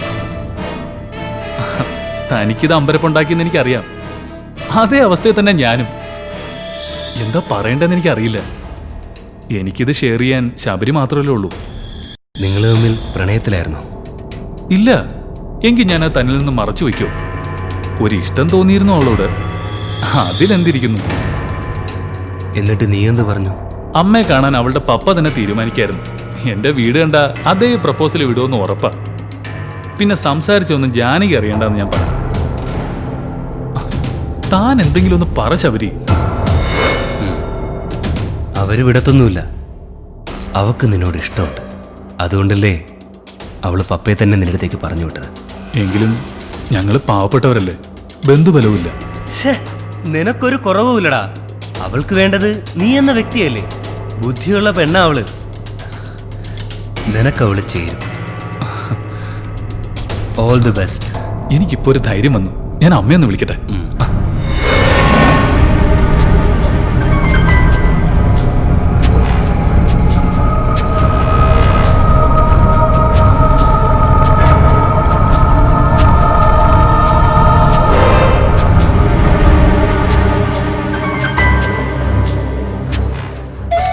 രാമായ രാമഭദ്രായ രാമചന്ദ്രായ വേധസേ രഘുനാഥായ സീതായ പതേ. ശ്രീയേട്ടനാവും.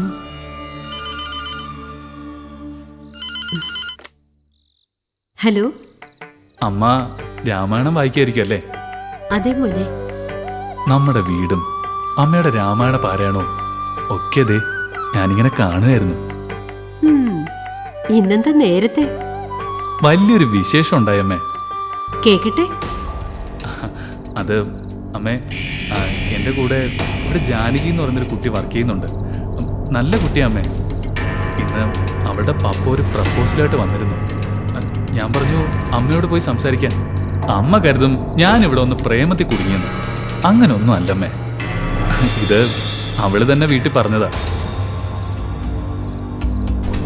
അവളുടെ പപ്പ മിക്കവാറും നാളെ തന്നെ അവിടെ വരും. എനിക്ക് തോന്നുന്നത് രാത്രി വണ്ടിക്ക് തന്നെ ആള് പുറപ്പെടുന്ന. അമ്മ നമ്മുടെ കാര്യങ്ങളൊക്കെ തുറന്ന് പറയണം.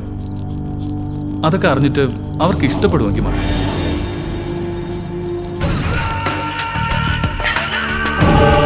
അളിയ, നിനക്ക് എന്താണ് പറ്റിയത്? നെഞ്ചിനുള്ളിൽ ഒരു തീപ്പന്തം കത്തുകയാ.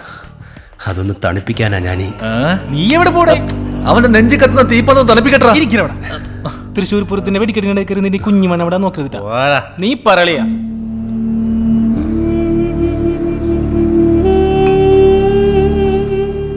വേണ്ട, അതെന്റെ മനസ്സിൽ തന്നെ ഇരുന്നോട്ടെ. സമയാകുമ്പോ നിങ്ങൾ അറിഞ്ഞോളൂ. ആഹാ, അപ്പൊ ഞങ്ങളായിട്ടുള്ള ഫ്രണ്ട്ഷിപ്പിന് ഇത്രയും വില ലഭിച്ചിട്ടുള്ളൂ അല്ലേ? ഞങ്ങളുടെ എന്ത് കാര്യത്തിനും കൂടെ നിന്നിട്ടുള്ളവനല്ലടാ നീ. ശരത്തിനൊരു പ്രശ്നം വന്നപ്പോ നമ്മൾ ഒറ്റക്കെട്ടായി നിന്നു. എന്നിട്ട് അവൾ അവനെ അവോയ്ഡ് ചെയ്ത് പോയപ്പോ നീ നിന്റെ സ്വന്തം ചെലവിൽ അവനെ ദുബായിക്ക് വിട്ടു. എന്നിട്ട് നിനക്കൊരു പ്രശ്നം വന്നപ്പോ ഞങ്ങൾ കാഴ്ചക്കാരെ പോലെ നോക്കി നിൽക്കണം അല്ലേ?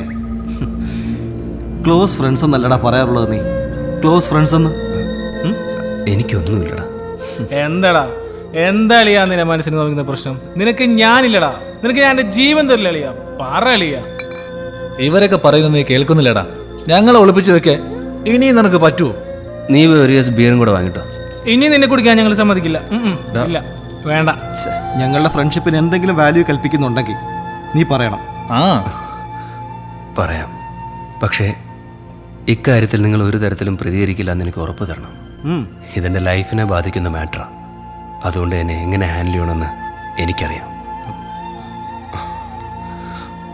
സത്യം ചെയ്.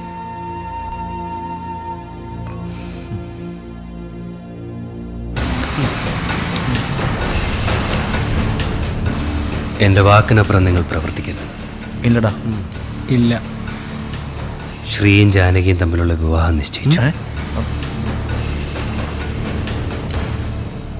അന്ന് ഞാൻ പറഞ്ഞില്ലേ അവൻ നിന്നെ ചതിക്കൂന്ന്. ഇപ്പൊ എന്തായി? ഞങ്ങൾക്ക് ജീവൻ ഉണ്ടെങ്കിൽ ഇത് നടക്കില്ല.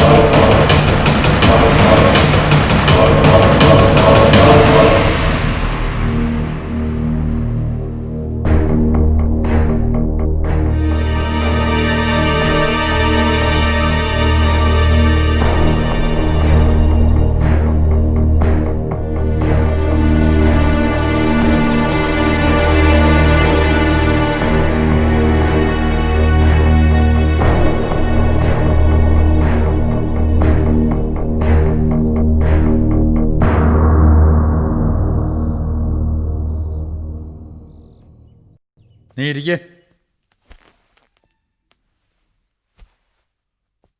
അവിടെ പോയി കണ്ടിട്ട് എനിക്ക് വലിയ താല്പര്യമൊന്നും തോന്നില്ല ചാ. അത്രയും ദൂരേക്ക് ജാനി അയക്കുന്നതിനോട് എനിക്കൊട്ടും താല്പര്യമില്ല. നീ ഒന്നും മിണ്ടായിരിക്കെ. നിന്റെ പറച്ചിൽ കേട്ടാൽ തോന്നും അവൾ അവിടെ ചെന്ന് പൊറുക്കാൻ പോവാണെന്ന്. ഞാനൊന്നും പറയുന്നില്ല. ആ ശ്രീശാന്തിന്റെ വീട്ടിൽ പോയി നീ കണ്ട കാര്യങ്ങളൊക്കെ പറ. ഓടിട്ട ചെറിയൊരു വീട്, ഏതാണ്ടൊരു 10-70 വർഷത്തെ പഴക്കം കാണുമോ വീടിന്. ശ്രീശാന്തിന്റെ അമ്മ അവിടെ തനിച്ചാ, കൂടെ 2-3 പശുക്കളും. പാല് വിറ്റാവും ഉപജീവനം. ബന്ധുക്കളെന്ന് പറയാനൊന്നും ആരുമില്ല. പിന്നെ ആ സ്ത്രീ നമ്മുടെ ജാതിയിൽപ്പെട്ടതാ, അച്ഛൻ ബ്രാഹ്മൺ.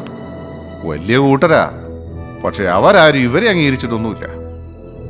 എനിക്കിതൊന്നും കേൾക്കാനുള്ള ത്രാണിയില്ല. ആണായിട്ടും പെണ്ണായിട്ടും ആകെ ഒന്നാ ഉള്ളത്. അയാളുടെ അമ്മയും അച്ഛനും നല്ല തറവാടികളാണെന്നുള്ള കാര്യത്തിൽ നിനക്ക് വല്ല സംശയമുണ്ടോ? ഇല്ല. പയ്യനെ പറ്റിയുള്ള അഭിപ്രായം എന്താ? അവനെപ്പറ്റി എല്ലാവർക്കും നല്ലതേ പറയാനുള്ളൂ. ഇനി എന്ത് നോക്കാന്? അവളുടെ ഇഷ്ടം നമ്മൾ സാധിച്ചു കൊടുക്കുന്നു. അവളുടെ സുഖവും സന്തോഷവും അല്ലേ നമുക്ക് വലുത്. അച്ഛന്റെ തീരുമാനം അതാണെങ്കിൽ അങ്ങനെ. ഇനി അവിടെ നിന്ന് ആരെങ്കിലും വരാനുണ്ടെങ്കിൽ അവരെ കൂടി വിളിക്കുക. ശ്രീശാന്തിനെ എനിക്കൊന്ന് കാണണം. ശരിയച്ച. സമ്പത്തിലൊന്നും ഒരു കാര്യമില്ല ശാരദേ, പയ്യന്റെ സ്വഭാവമാണ് നോക്കേണ്ടത്. അവർക്ക് ജീവിക്കാനുള്ളത് നമ്മൾ സമ്പാദിച്ചു വെച്ചിട്ടില്ലേ? അവളെ അങ്ങോട്ട് അയക്കാൻ പറ്റില്ല. എനിക്കതേ നിർബന്ധമുള്ളൂ. അവൾക്ക് ഞാനിവിടെ ഒരു വീട് വാങ്ങിക്കൊടുക്കില്ലേ? മുത്തച്ഛൻ്റെ സമ്പാദ്യം അതിനുവേണ്ടി വെച്ചിരിക്കുക. മനസ്സിപ്പോൾ വല്ലാതെ തുടിക്കുക എൻ്റെ കൊച്ചുമോളുടെ കല്യാണം ഒന്ന് കാണാൻ.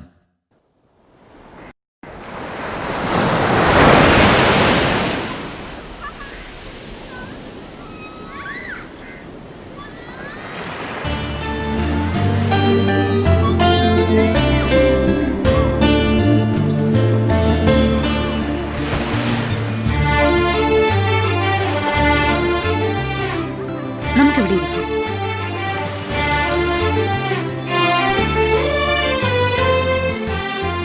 എത്ര കണ്ടാലും മതിവരാത്ത ഒന്ന ഈ കടൽ.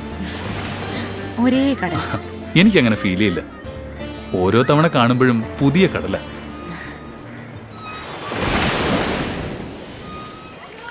പിന്നെ നമ്മുടെ വിവാഹം ഉറപ്പിച്ച കാര്യം ശ്രീ ശബരിയോട് പറഞ്ഞോ? എല്ലാം ഞാൻ ആദ്യം പറയുന്ന അവനോടാ. എന്തായിരുന്നു പ്രതികരണം? ആദ്യം അവനൊന്ന് അമ്പരന്ന് പോയി. ആരാ അമ്പരക്കാത്തത്? പിന്നെ ചുമല് തട്ടി വിഷ് ചെയ്തു. ശബരിയുടെ പ്രപ്പോസൽ എനിക്ക് വന്ന കാര്യം ശ്രീക്കറിയോ? നോ, സത്യമാണോ ജാനകി പറയുന്നത്? പപ്പമാര് വഴി വന്ന പ്രപ്പോസലായിരുന്നു. അവൻ എന്നെ കാണാൻ വന്നു. ഞാനതിന്ന് ഒഴിവാവുമായിരുന്നു. എന്നോട് ഇതുവരെ അവനോ അവന്റെ ഫ്രണ്ട്സോ ഇതൊന്നും പറഞ്ഞിട്ടില്ല. അവന്റെ മുഖത്തൊരു ചമ്മലുണ്ട്. അതെന്താന്ന് എനിക്ക് ഇപ്പോഴാ മനസ്സിലായത്. ഇനി എന്തായാലും അങ്ങനെ ഒരു സംഭവം ഉണ്ടായതായി ശ്രീ ശബരിയോട് ഭാവിക്കരുത്. ഇല്ല. ശ്രീ അവിടുന്ന് താമസം മാറ്റണം. എനിക്കവന് വിശ്വാസമില്ല. ഞങ്ങൾ തമ്മിൽ ഇതേ ചൊല്ലി കോർത്തിട്ടുണ്ട്. എന്ത് ചെയ്യാൻ മടിക്കാത്ത ആളാ ശബരി. ശ്രീക്ക് അവനെ ഇപ്പോഴും അറിയില്ല. അവനീ പുറത്ത് കാണിക്കുന്ന ഒച്ചയും ബോളോ മാത്രമേ ഉള്ളൂ. ജാനകിക്ക് അവന്റെ യഥാർത്ഥ ക്യാരക്ടർ അറിയാഞ്ഞിട്ടാ. ശ്രീയുടെ വിശ്വാസം അങ്ങനെ ഇരുന്നോട്ടെ. പക്ഷേ എന്റെ റിക്വസ്റ്റ് അത് തള്ളിക്കളയരുത്. ഞാൻ എങ്ങോട്ട് മാറാനാ? വിവാഹത്തിന് ഇനി സമയമുണ്ട്. മാത്രമല്ല ശബരി എന്ത് കരുതും? തൽക്കാലം ഏതെങ്കിലും മെൻസ് ഹോസ്റ്റലിലേക്ക് താമസം മാറ്റണം. വിവാഹം കഴിയുന്നതുവരെ ശ്രീ ശബരിയുടെ കൂടെ താമസിക്കുന്നതിൽ എനിക്ക് ഒട്ടും യോജിപ്പില്ല. ഈ സമയത്ത് എനിക്കതിൽ ബുദ്ധിമുട്ടുണ്ട്. താമസിക്കാൻ ഒരിടമില്ലാതെ ഞാൻ ഈ നഗരത്തിൽ നിസ്സഹായനായി നിന്നപ്പോൾ എന്നെ സഹായിച്ചവനാ ശബരി. ഈ നഗരത്തിലെ എൻ്റെ ഏറ്റവും അടുത്ത കൂട്ടുകാരൻ അവൻ തന്നെയാണ്. ജാനകിക്ക് അവനെ ഭയാന്ന് എനിക്കറിയാം. നിങ്ങൾ തമ്മിലൊന്നും മിണ്ടുകയോ ചിരിക്കുകയോ കൂടിയില്ല. അതിന് പിന്നിൽ ഇങ്ങനൊരു റീസൺ ഉണ്ടായിരുന്നെന്ന് ഇന്നാ മനസ്സിലായത്. അവൻ ചതിയനാ. എനിക്ക് അവനെ മാത്രമേ ഭയമുള്ളൂ. എനിക്ക് പൂർണ്ണ വിശ്വാസമുള്ളത് അവനെയാണ്.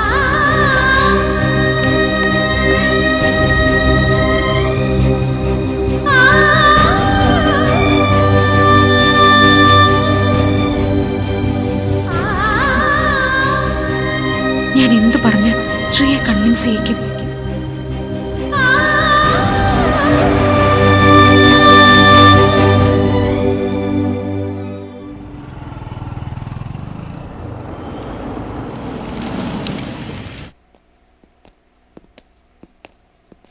Good morning everybody.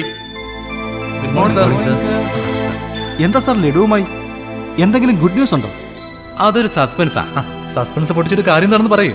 പറയൂ സർ, ഞങ്ങളൊന്ന് അറിയട്ടെ. ഇതൊരു വിവാഹം ഉറപ്പിക്കലിന് മുന്നോടിയായിട്ടുള്ള മധുരമാണ്. ഇതിന് പിന്നാലെ വരുന്നത് 4 തരം പായസം ചേർത്തുള്ള സദ്യയാണ്. വിശേഷം എന്താണെന്ന് പറ സാറേ, എന്നിട്ട് ഞാൻ എടുക്കുന്നുള്ളൂ. ഇവിടെ പൂച്ചക്കുട്ടി പാല് കുടിക്കുന്ന പോലെ 2 പേര് പ്രേമിച്ചുകൊണ്ടിരിക്കുന്നത് ആരെങ്കിലും അറിഞ്ഞ കാര്യമാണോ?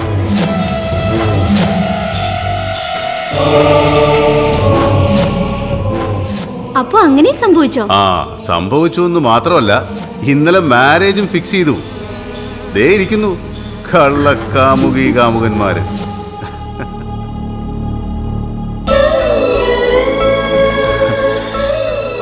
അങ്ങനെ പ്രേമോന്നൊന്നും പറഞ്ഞേക്കല്ലേ. അതവിടെ നിൽക്കട്ടെ. വിവാഹം ഉറപ്പിച്ചെന്ന് പറഞ്ഞത് സത്യമാണോ? അത് സത്യമാണ്. ഇത് സക്കറിയ സാറിന്റെ വകയാ. എല്ലാരും എടുത്തോ. എടുക്കടാ, എടുക്ക, എടുത്തോ, എല്ലാരും എടുത്തോ. ആകെ ചമ്മലായി.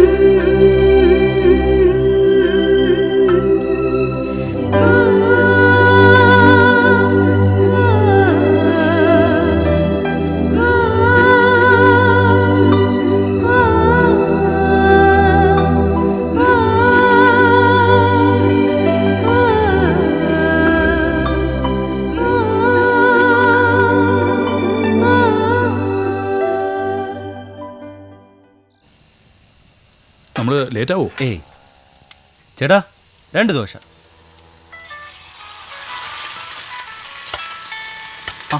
ജാനകിയാ? ഒരു മിനിറ്റ്. ജാനകി പറ.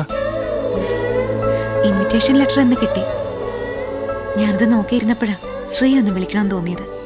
പിന്നെ ഞങ്ങൾ ഒറ്റപ്പാലത്തേക്ക് പോവാ. ഞങ്ങളോ? കൂടെ ആരാ? ശബരിയുണ്ട്. ഞാൻ അവനെ കൂടെ കൂട്ടി. ചെയ്തു തീർക്കാൻ 100,000 കാര്യങ്ങളില്ലേ. ലെറ്റർ അടിക്കണം, ഓർണമെന്റ്സും ഡ്രസ്സും ഒക്കെ എടുക്കണം. വേറെ ആരാ നിങ്ങളുടെ കൂടെ ഉള്ളത്? ഞങ്ങൾ 2 പേരേ ഉള്ളൂ. എനിക്കൊരു സമാധാനമില്ല. ശബരിയെ ശ്രീ കൂട്ടാനേ പാടില്ലായിരുന്നു.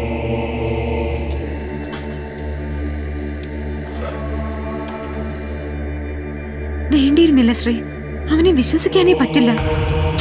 മതി Janaki, this is not fair. Okay, ഞാൻ രാവിലെ വിളിക്കാം. Good night.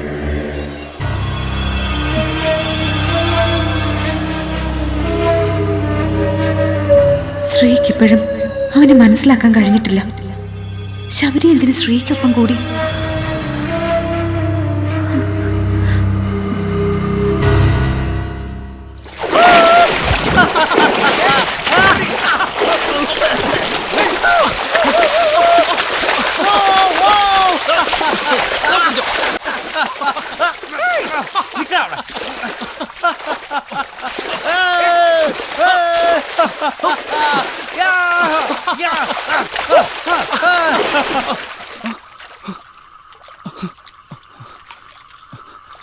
ശബരി ശബരി ശബരി ശബരി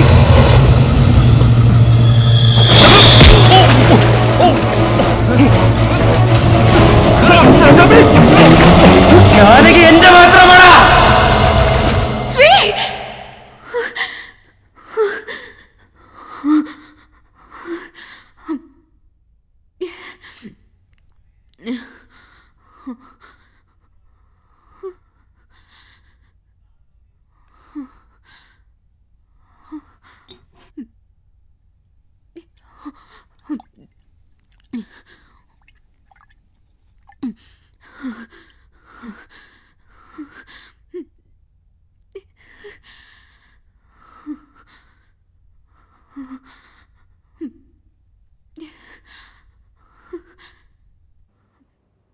അതെ അതെ, അഡ്വാൻസ് ഞാൻ ഓഫീസിൽ കൊടുത്തിട്ടുണ്ടായിരുന്നു.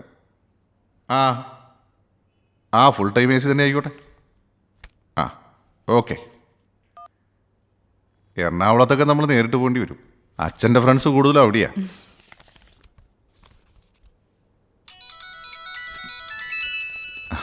ദേവന, ശബരിയുടെ പപ്പ. ഹലോ ദേവാ.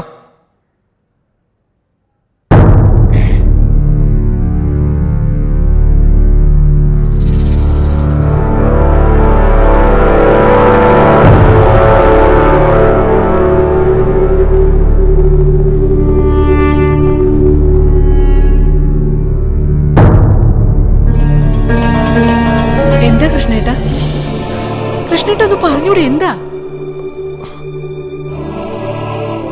വീടിനടുത്തുള്ളൊരു കുളത്തിൽ വീണ് ശ്രീശാന്ത് മരിച്ചു.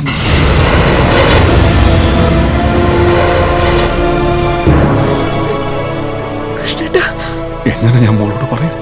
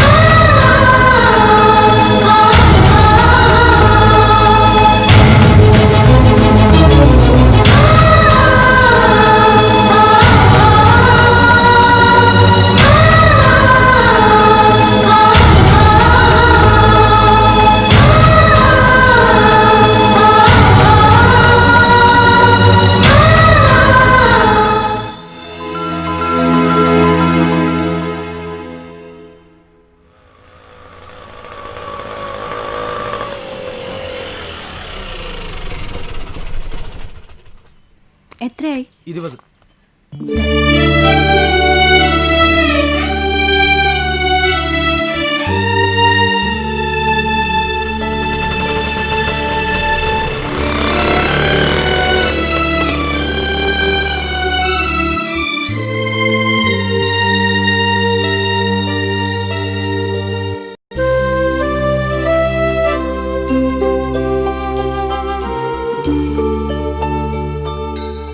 ഞാൻ ആന്റി അങ്കിളിനെ ഇന്നലെ സിറ്റി വെച്ച് കണ്ടിരുന്നു. അപ്പോഴാ നീ തറവാട്ടിൽ നിന്ന് വന്ന കാര്യം അറിഞ്ഞത്. വർഷയിന്ന് ഓഫീസിൽ പോയില്ലേ? ഓഫീസിൽ നിന്ന് എല്ലാവരും കൂടെ നിർബന്ധിച്ച എന്നെ ഇങ്ങോട്ട് അയച്ചത്. മാസം 1 ആയില്ലേ, ഇനിയെങ്കിലും നീ ഓഫീസിൽ വരണം.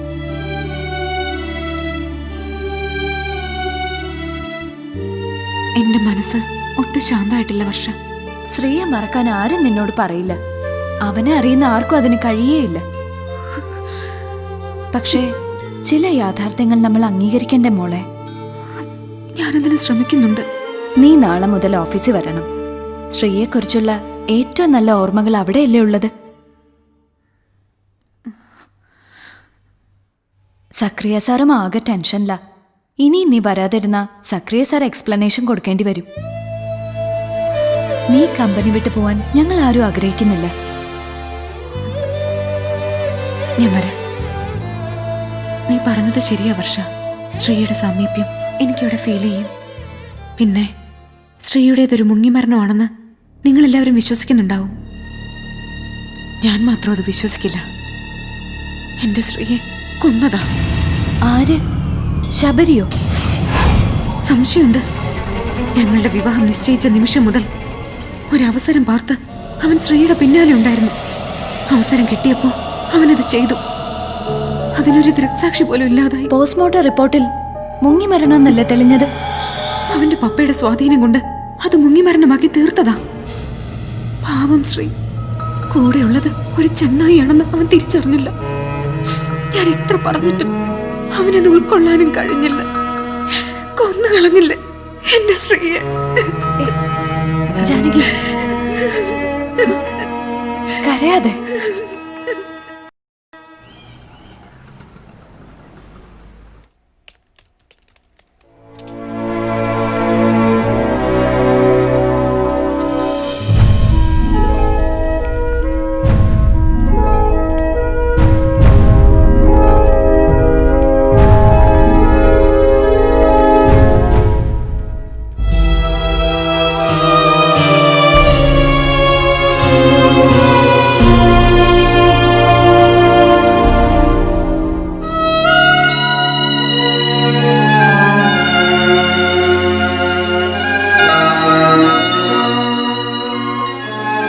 മോളൊന്ന് വരണമെന്ന പ്രാർത്ഥനയിലായിരുന്നു ഞങ്ങൾ എല്ലാവരും.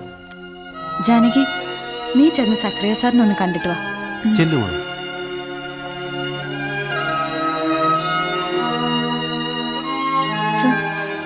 ആ, ഗുഡ് മോർണിംഗ്. ജാനകി ഇരിക്ക്. വേണ്ട സർ. ആ ഷോക്കിൽ നിന്ന് ജാനകിക്ക് മോചനം നേടാൻ കഴിയുമെന്ന് എനിക്കറിയാമായിരുന്നു. കുറച്ച് ആത്മവിശ്വാസവും ധൈര്യവും ഞാൻ തന്നിൽ കണ്ടു. അത് സത്യമാണെന്ന് മനസ്സിലായി. എന്റെ ആഗ്രഹത്തിനനുസരിച്ച പപ്പയും മമ്മിയും ശ്രീയുമായുള്ള വിവാഹത്തിന് സമ്മതം തന്നത്. ഇനി ഞാനായിട്ട് അവരെ വേദനിപ്പിക്കരുതെന്ന് കരുതി. ഗുഡ്. I appreciate you. ചെല്ല്. Thank you sir.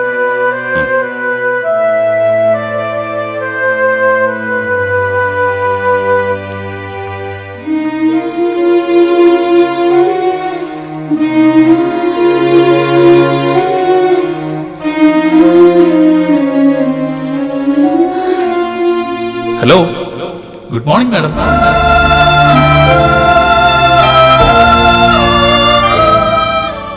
Hi, I am Parthasarathy.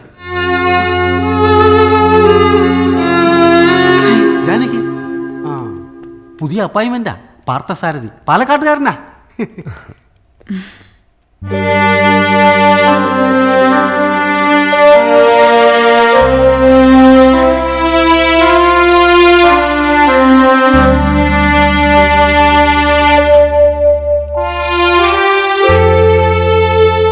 വാ, നമുക്ക് എന്തെങ്കിലും പോയി കഴിച്ചിട്ട് വരാം.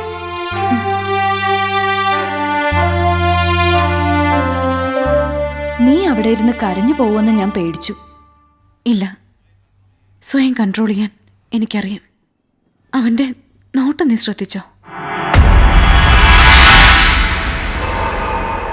വർഷ പ്ലീസ്, എനിക്ക് ജാനകിയോട് മാത്രമേ ഒന്ന് സംസാരിക്കണം. വർഷ വന്നേ, നമുക്ക് പോവാം.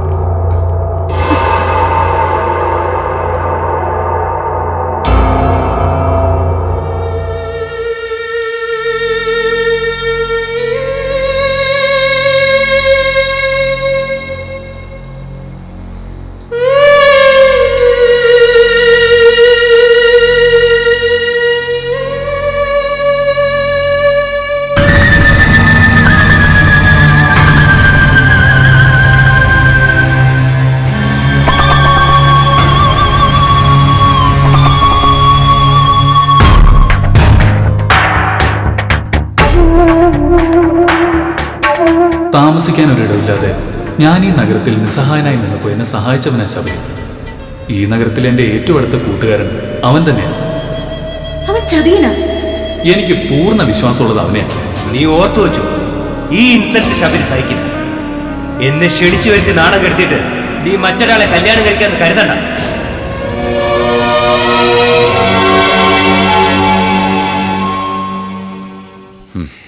വിധിയെ പഴിച്ചും ശപിച്ചും ഇരുന്നിട്ട് കാര്യമൊന്നുമില്ല. ആ പയ്യന് അത്രയ്ക്ക് ആയുസ്സുണ്ടായിരുന്നുള്ളൂ. എനിക്ക് ആ ബന്ധത്തിൽ താല്പര്യമൊന്നും ഉണ്ടായിരുന്നില്ല. അവളുടെ മനസ്സിൽ അവനോടൊരു താല്പര്യം ഉണ്ടെന്ന് മനസ്സിലാക്കി അച്ഛൻ ആ പ്രപ്പോസലിന് തുടക്കമിട്ടത്. അവനും അവളും തമ്മിൽ പ്രണയത്തിലൊന്നും ആയിരുന്നില്ല. അവനോട് സംസാരിച്ചപ്പോൾ എനിക്കത് ബോധ്യപ്പെട്ടതാ. അവൻ്റെ മുഖത്ത് എപ്പോഴും ഒരു വിഷാദം ഉണ്ടായിരുന്നു. പിന്നെ കുറേ ഫാമിലി സെന്റിമെന്റ്സും. അതൊക്കെ ആവാം അവൾക്ക് അവനോട് താല്പര്യം ഉണ്ടായത്.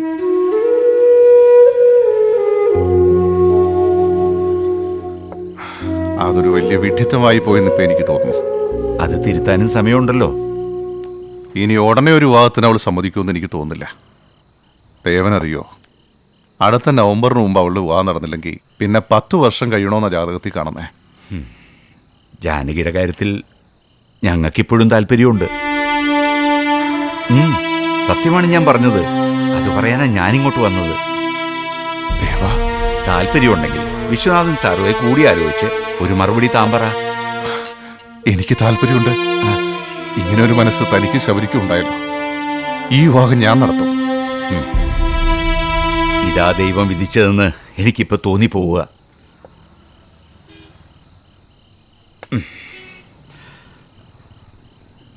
അവളുടെ മനസ്സുകൂടി അറിയണ്ടേ?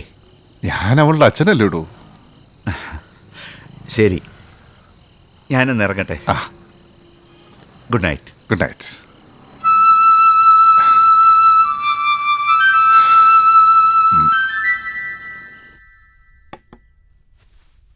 ജാനകി സന്ധ്യയ്ക്ക് വന്നു. നാളെ അച്ഛന്റെ ജന്മദിനല്ലേ? ഒരു വിശേഷമുണ്ട്. ഇന്ന് എന്നെ കാണാൻ ക്ലബിൽ ദേവരാജൻ വന്നിരുന്നു. കാര്യങ്ങളൊക്കെ അയാൾക്കും അറിയാവുന്നതല്ലേ. ജാനകിയെ കുറിച്ച് എന്തെങ്കിലും സംസാരം ഉണ്ടായോ? ആ ഉദ്ദേശത്തോടെ അയാൾ വന്നത്. വേദനിപ്പിക്കുകയല്ല, സന്തോഷിപ്പിക്കുകയാണ് ചെയ്തത്. ജാനകിയുടെ കാര്യത്തിൽ അവർക്ക് ഇപ്പോഴും താല്പര്യമുണ്ട്.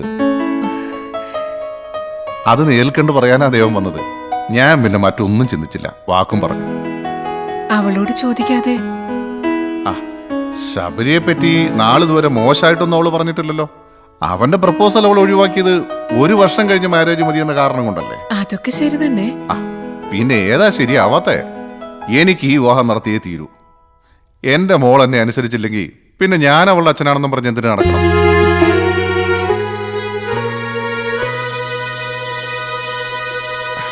നീ അവളെ വിളിക്കേ. ഇപ്പൊ വേണ്ട കൃഷ്ണേട്ടാ, അവള് കിടന്നിട്ടുണ്ടാവും. എനിക്കൊരു തെറ്റുപറ്റിപ്പോയി. അല്ലായിരുന്നെങ്കിൽ ഇപ്പോൾ ഉണ്ടായ അപമാനവും വേദനയും ഒന്നും സഹിക്കേണ്ടി വരില്ലായിരുന്നു. ഒരച്ഛൻ്റെ സ്ഥാനത്ത് നിന്നുകൊണ്ട് അന്ന് ശബരിയുമായിട്ടുള്ള വിവാഹത്തിന് ഞാൻ വാക്ക് പറയേണ്ടതായിരുന്നു. എന്തായാലും നാളെ നമ്മൾ തറവാട്ടിലേക്ക് പോവല്ലേ? ഇതും അച്ഛനെ കൊണ്ട് വേണം അവളുടെ മുമ്പിൽ അവതരിപ്പിക്കാൻ. അച്ഛനും അമ്മയ്ക്ക് അവളുടെ കാര്യത്തിൽ ഉത്കണ്ഠയുണ്ട്. എന്തായിരിക്കും അവളുടെ മനസ്സിലിരിപ്പെന്ന് എനിക്കറിയില്ല. എനിക്കെന്തെങ്കിലും വില എൻ്റെ മോള് കൽപ്പിക്കുന്നുണ്ടെങ്കിൽ നോ പറയില്ല. ഏതായാലും ഞാൻ അച്ഛനെ ഒന്ന് വിളിക്കട്ടെ.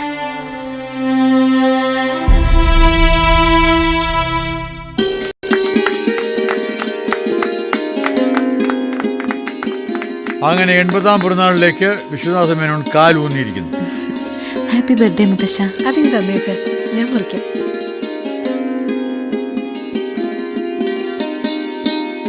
Many happy returns of the day. എന്താ ഇതില്? തുറന്നു നോക്ക്. ഈ 80-ാം പിറന്നാളില് മുത്തശ്ശന് ജാനകി മോള് തരേണ്ട സമ്മാനം ഇതൊന്നുമല്ല. ഇത് തുറന്നു നോക്കാതെ എങ്ങനെ അറിയാൻ പറ്റും? മുത്തശ്ശൻ ആഗ്രഹിക്കുന്ന സമ്മാനം ഇതിലൊന്നും ഒതുങ്ങില്ല മോളെ.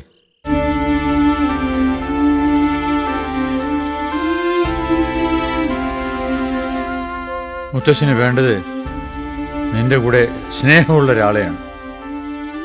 ഒരു ദുരന്തത്തിൽ നിന്ന് ഞാൻ മോചനം നേടില്ലല്ലോ മുത്തശ്ശ.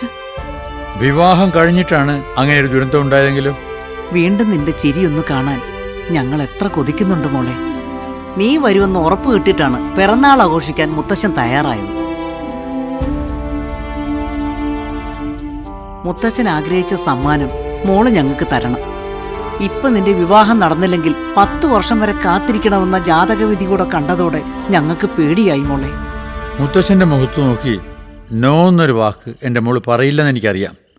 നീ ആലോചന തുടങ്ങിക്കോ. എത്രയും വേഗം എൻ്റെ മോളുടെ വിവാഹം നടന്നിരിക്കണം. അതെ, അവൾക്കൊരു പ്രപ്പോസൽ വന്ന് നിൽക്കുന്നുണ്ടച്ചാ. ഇന്നലെയും ഞങ്ങൾ അതേപ്പറ്റി സംസാരിച്ചിരുന്നു. പപ്പ പറയാൻ ബുദ്ധിമുട്ടണ്ട. ശബരിയുടെ പ്രപ്പോസലല്ലേ? അത് നീ എങ്ങനെ മനസ്സിലാക്കി? അവൻ നിന്നോട് പറഞ്ഞോ? പപ്പ ഇന്നലെ രാത്രി മമ്മിയോട് പറയുന്നത് ഞാൻ കേട്ടു.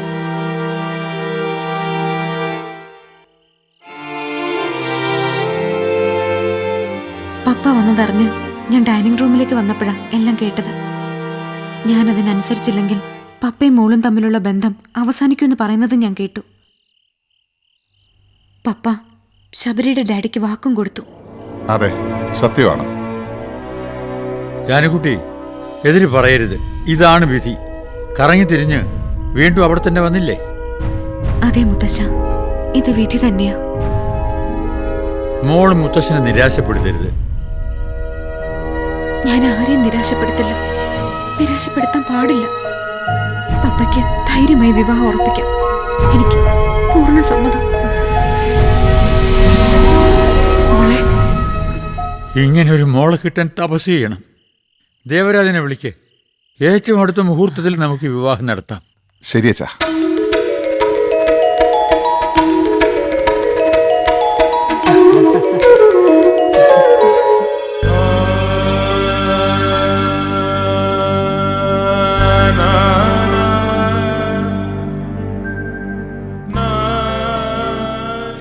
ആഹാ, ഇവിടെ ഇരുന്ന് സ്വപ്നം കാണുവാണോ? നീ പോണേ.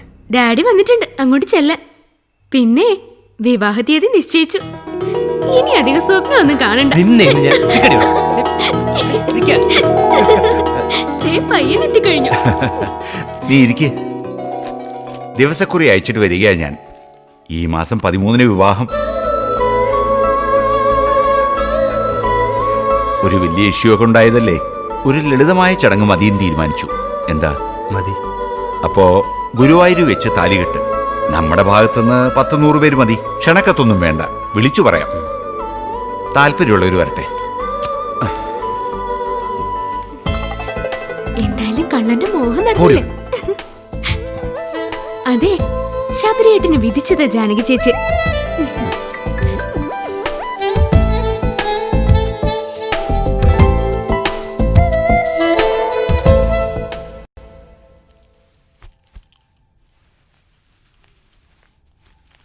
ജോലി ഉപേക്ഷിച്ചുള്ള നിന്റെ പുറപ്പാട് എന്തിനാണെന്ന് കൂടി പറഞ്ഞതാ. പറഞ്ഞില്ലേ വർഷ, എന്റെ വിവാഹം 13-നാ. വിവാഹം കഴിഞ്ഞ് ജോലി തുടരാൻ ഞാൻ ആഗ്രഹിക്കുന്നില്ല. ജാനകി, എന്താ? ശബരിയുമായി നീ വിവാഹത്തിന് സമ്മതിച്ചെന്റെ ലക്ഷ്യം എന്താ?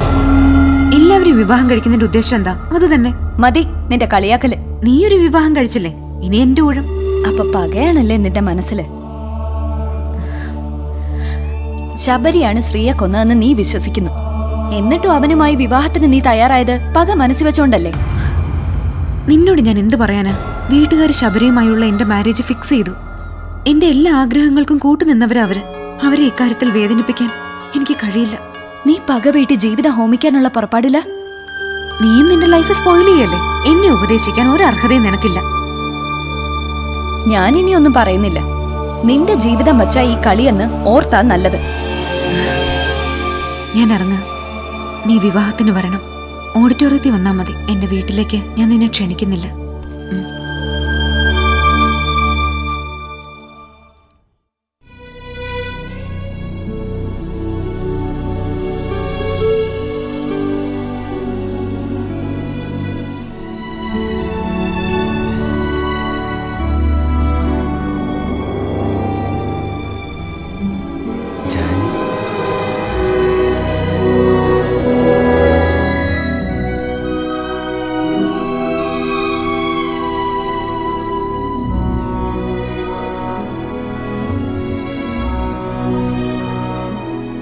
ഹായ് ജാനി. സോറി, അന്ന് ബീച്ചിൽ വരാൻ കഴിഞ്ഞില്ല. ഞാനും വന്നില്ല.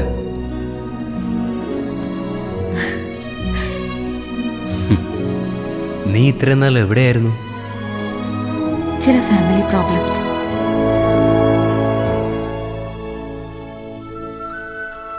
എന്തുണ്ട് വിശേഷം? ഒരു ഗുഡ് ന്യൂസ് ഉണ്ട്. എന്താ? എന്റെ വിവാഹം നിശ്ചയിച്ചു. വരുന്ന 13th.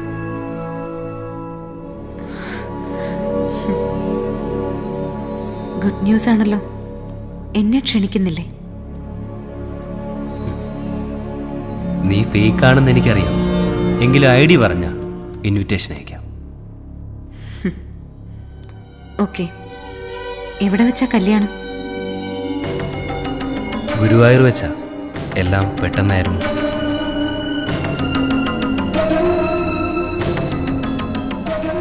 അതെന്താ?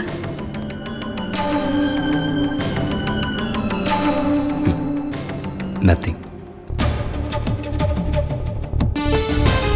അവളെ കിട്ടാൻ കുറച്ച് ബുദ്ധിമുട്ടിയല്ലേ?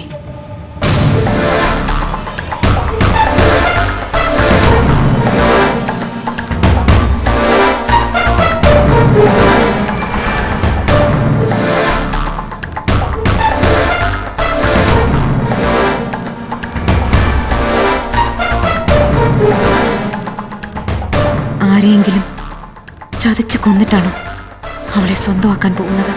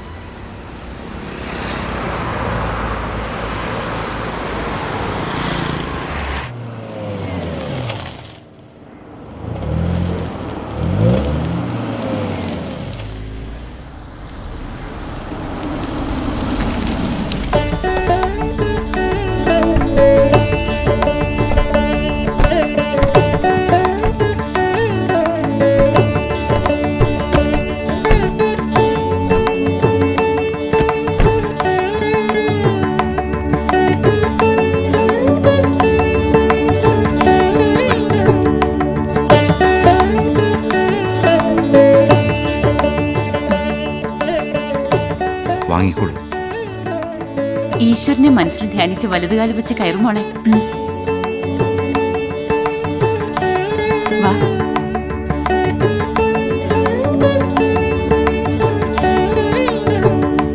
ഇതാ നിങ്ങളുടെ റൂം. എടുത്തി ഒന്ന് ഫ്രഷ് ആകും.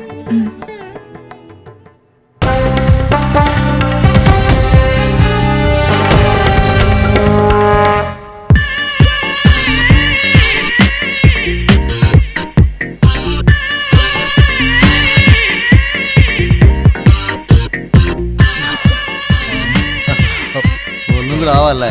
നീ ഫ്ലാറ്റായോ?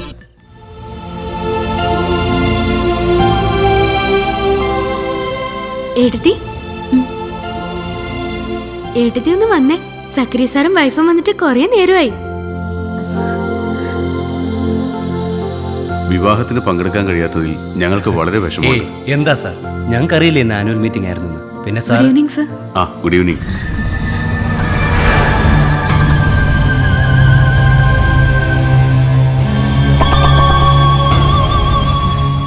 പ്രീത, നമ്മുടെ വിവാഹ സമ്മാനം എടുത്തേ.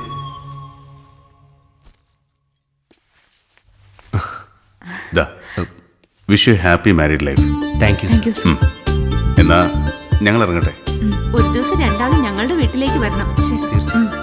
ശരി.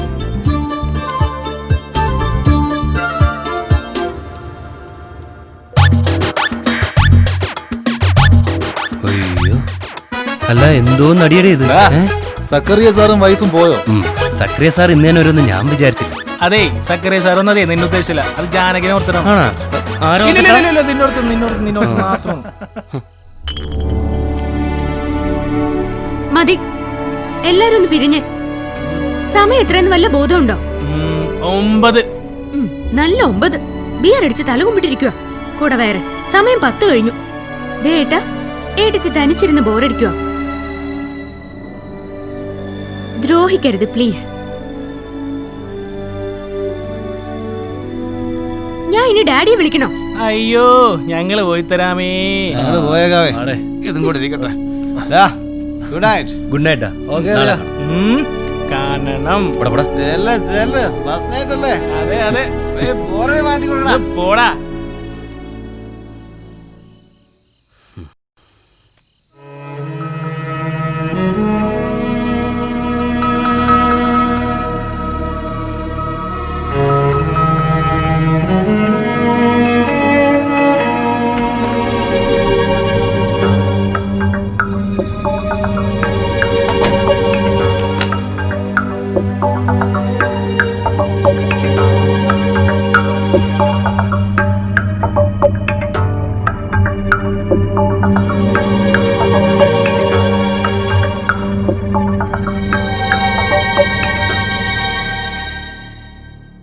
ജാനകിയുടെ ഇപ്പോഴത്തെ മാനസികാവസ്ഥ എനിക്ക് മനസ്സിലാവും. അപമാനിച്ചു എന്ന് തോന്നിയപ്പോൾ ഒരാവേശത്തിന് ഞാൻ എന്തൊക്കെയോ ചെയ്തു പോയിട്ടുണ്ട്. പിന്നീടൊന്നും ഞാൻ മനസ്സിൽ വെച്ചതുമില്ല. ശ്രീ വരികയും നിങ്ങൾ തമ്മിൽ സൗഹൃദത്തിലാവുകയും ചെയ്തതോടെ ഞാനെല്ലാം മറന്നു. അവൻ എൻ്റെ ഏറ്റവും നല്ല സുഹൃത്തായിരുന്നു. എന്നെ മറച്ചു വെച്ചൊരു രഹസ്യവും അവനില്ലായിരുന്നു. അതുകൊണ്ട് തന്നെ അവൻ്റെ മരണം എന്നെ തളർത്തി കളഞ്ഞു. ജാനകിക്ക് എങ്ങനെയോ അങ്ങനെ തന്നെയായിരുന്നു എനിക്ക് ശ്രീ. എൻ്റെ ഡാഡിയും ജാനകിയുടെ പപ്പയും കൂടി തീരുമാനിച്ചതായിരുന്നു ഈ വിവാഹം. ജാനകിക്ക് സമ്മതമാണെങ്കിൽ വിരോധമില്ലെന്ന് പറയാൻ എനിക്ക് സാധിച്ചുള്ളൂ. ജാനകിക്ക് സമ്മതമാണെന്നറിഞ്ഞു. എല്ലാവരും ആവർത്തിക്കും പോലെ ഇതായിരിക്കും വിധി. ഈ വിധി നമ്മൾ അംഗീകരിച്ചേ പറ്റൂ. വിവാഹത്തിനു മുമ്പ് ഞാൻ ചില തീരുമാനങ്ങൾ എടുത്തിരുന്നു. വിവാഹം കഴിഞ്ഞ് പിറ്റേന്ന് ഒരു ഹണിമൂൺ ട്രിപ്പ്, നമ്മൾ രണ്ടുപേരും മാത്രമായൊരിടം. ശ്രീക്ക് നമ്മുടെ മനസ്സിൽ ഒരിടം നൽകണം. പരസ്പരം നമ്മൾ തിരിച്ചറിയണം. നമ്മുടെ ജീവിതത്തിന് അത് ആവശ്യമാണ്.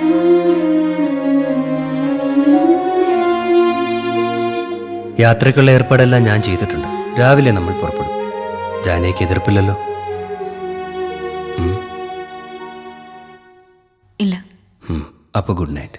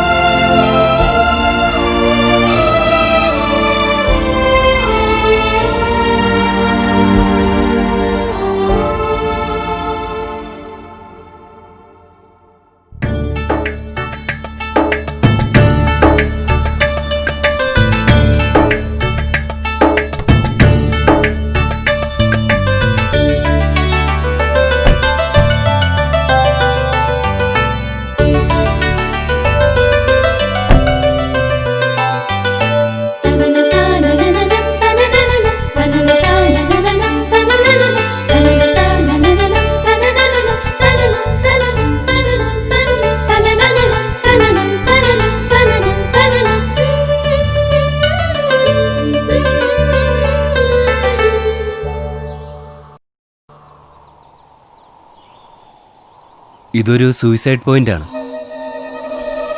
ജാനകിക്ക് ഈ സ്ഥലം ഇഷ്ടമായോ?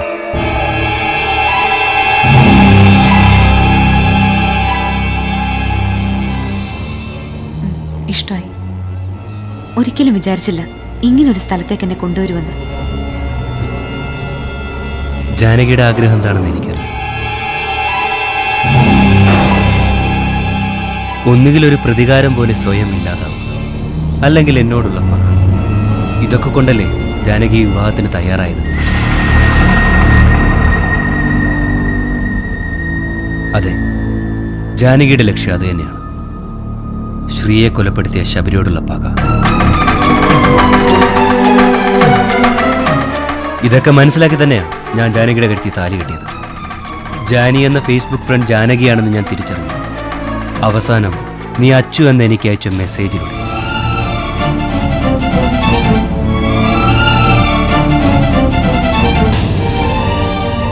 എല്ലാം അറിഞ്ഞിട്ടും ഒരു പരീക്ഷണം, അതല്ലേ ഇങ്ങനൊരു സ്ഥലത്ത് കൊണ്ടുവന്ന് നിർത്തിയ ഒരു കുമ്പസാരം?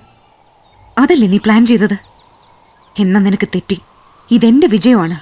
നിനക്ക് തരാൻ പറ്റുന്ന ഏറ്റവും വലിയ ശിക്ഷ ഞാൻ നിനക്ക് തരാൻ പോവാ. നിനക്ക് ചെയ്യാം. ഒരു ചൂട് മുന്നോട്ട് വെച്ചാൽ മതി. പക്ഷെ നീ ഇല്ലാതെ ഞാൻ ഇവിടുന്ന് പോവില്ല. ഇങ്ങനൊരു ശിക്ഷ കൊണ്ട് നിനക്ക് എന്നെ തോൽപ്പിക്കാനും ആവില്ല. പരിചയപ്പെട്ട നാൾ മുതൽ നിനക്കെന്നോട് വെറുപ്പ. വർഷയുടെ വിവാഹത്തോടെ അത് ഇരട്ടിക്കുകയും ചെയ്തു. വർഷയെ ഞാൻ ചീറ്റ് ചെയ്തിട്ടില്ല.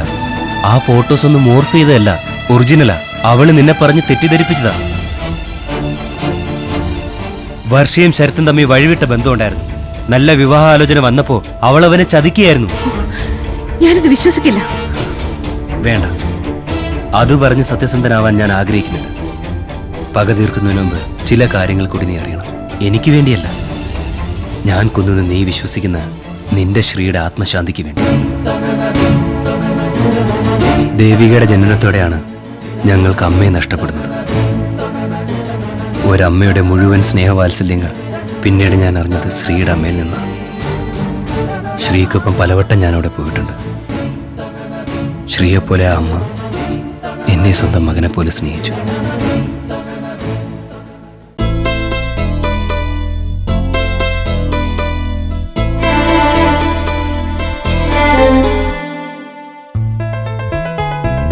കൺമണിയേ നിന്റെ ബാല്യകാലം കണ്ണിറയെ ഉത്സവം.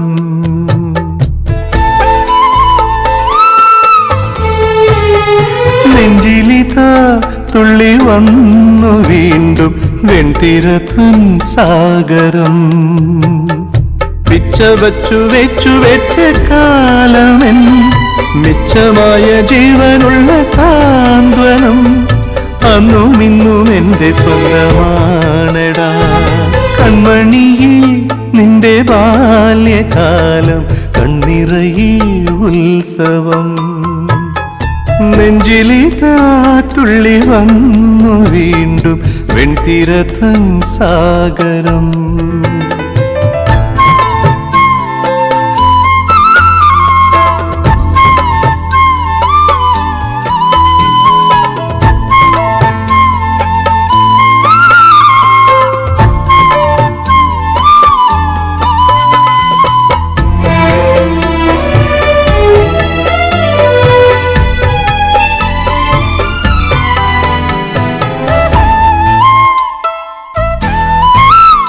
നിന്റെ ചോറാണു തുമ്പകൾ, നിന്റെ കൂട്ടാണ് തുമ്പികൾ.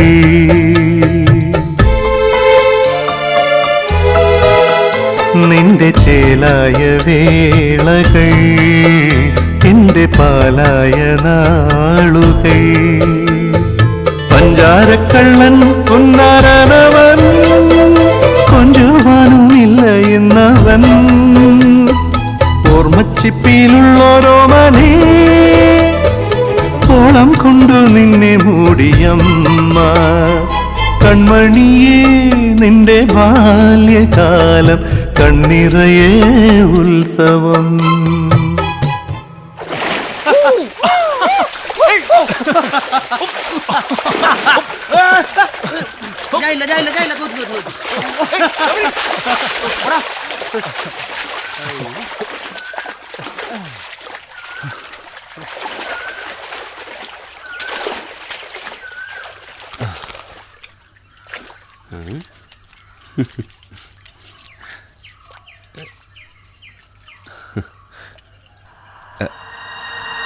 ശ്രീ,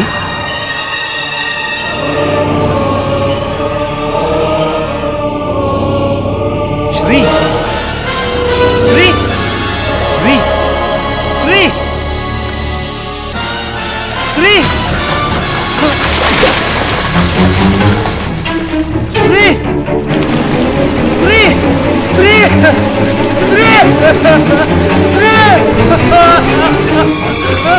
ശ്രീ,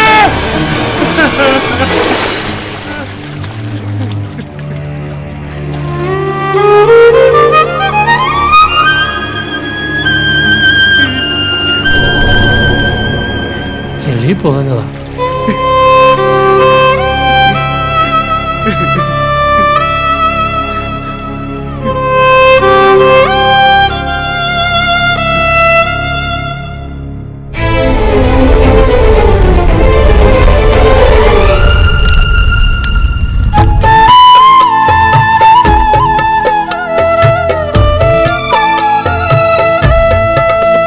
പൊള്ളിയാറാടി നൊമ്പരം ഉള്ളു പായുന്ന പമ്പരം.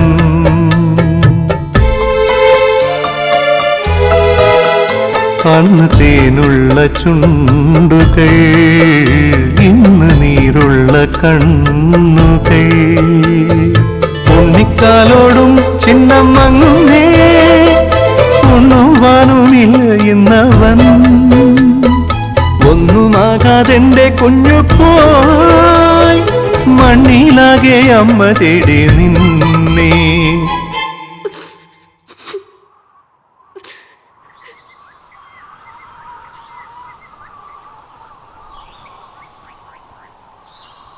ശ്രീയുടെ അമ്മ ഭർത്താവിനോടൊപ്പം ജീവിച്ചത് വെറും 5 മാസമാണ്. ഭർത്താവ് മരിക്കുമ്പോൾ അവർ 3 മാസം ഗർഭിണിയായിരുന്നു. പിന്നെ മകന് വേണ്ടിയാണ് ആ അമ്മ ജീവിച്ചത്.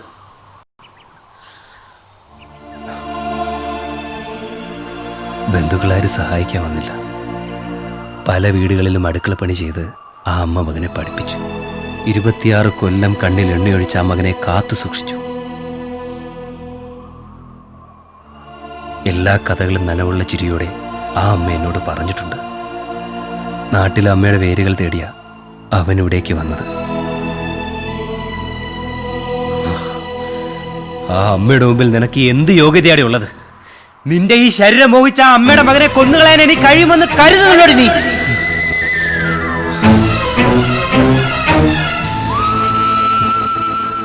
എനിക്കെന്റെ കൂടപ്പിറപ്പായിരുന്നു ശ്രീ. കുട്ടിക്കാലത്തങ്ങ് അനുഭവിച്ച് നഷ്ടപ്പെട്ടു പോയ എൻ്റെ അമ്മയുടെ ഗന്ധം ഞാൻ അവൻ്റെ അമ്മയിൽ നിന്ന് അറിഞ്ഞിട്ടുണ്ട്. ഒരു ജന്മം സ്വയം ഒരുക്കി ജീവിച്ച ആ പാവ അമ്മയുടെ സകല പ്രതീക്ഷകളും വെള്ളത്തിൽ ചവിട്ടി താഴ്ത്തി ഞാൻ നിന്നെ നേടിയിട്ട് എനിക്ക് എന്ത് സാമ്രാജ്യം ലഭിക്കാനാ? പിന്നെ എന്തിനു ഞാൻ നിന്റെ കഴുത്തി താലി കെട്ടിയെന്നല്ലേ പറയാം. ശ്രീയുടെ മരണം കഴിഞ്ഞ് ഞാൻ വീണ്ടും അമ്മയെ കാണാൻ പോയി, എൻ്റെ ഒപ്പം കൂട്ടിക്കൊണ്ടുവരാൻ.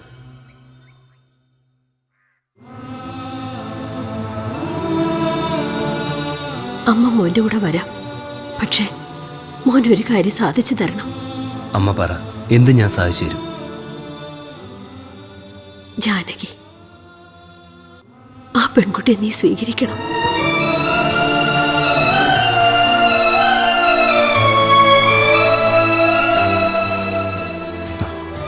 അമ്മേ, ശ്രീക്ക് വേണ്ടി അവൻ പോയില്ലേ മോനെ? എനിക്കതിന് കഴിയുമെന്ന് അമ്മയ്ക്ക് തോന്നുന്നുണ്ടോ? പറ്റില്ലെങ്കിൽ വേണ്ട, ഞാനൊരു ആഗ്രഹം പറഞ്ഞതേ ഉള്ളൂ.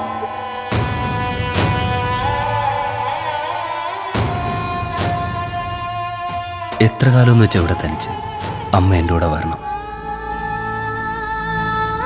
നിന്റെയും ജാനകിയുടെയും ഒന്നിച്ചുള്ള ജീവിതം ഒരു നിമിഷം ഞാൻ ആഗ്രഹിച്ചു.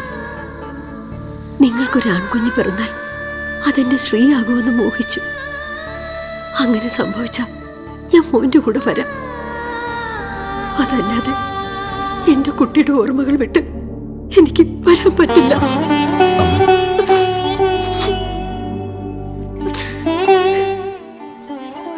അവിടെ നിന്നാണ് നമ്മുടെ പ്രപ്പോസലിന് വീണ്ടും ജീവൻ വയ്ക്കുന്നത്. അമ്മയുടെ ആശ്വാസത്തിന് വേണ്ടിയെന്നേ ഞാൻ കരുതിയുള്ളൂ. അമ്മയുടെ മനസ്സറിഞ്ഞപ്പോൾ ഡാഡി നിന്റെ പപ്പയെ കാണാൻ തീരുമാനിച്ചു. വിവാഹത്തിന് നീ സമ്മതം പറഞ്ഞപ്പോൾ ആദ്യം എനിക്ക് അമ്പരപ്പായിരുന്നു.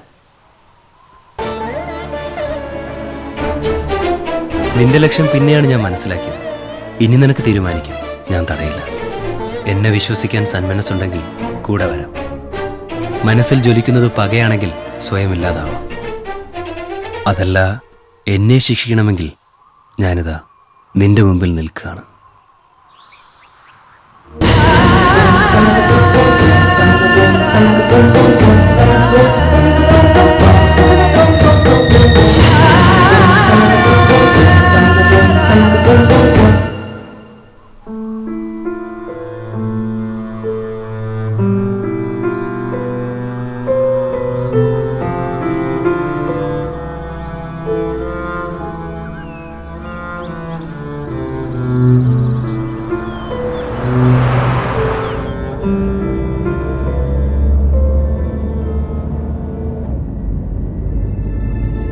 ജീവിതമെന്ന കൂടുകൂട്ടും മുൻപേ ജീവനിൽ കൂട്ടുകാരായി നമ്മൾ.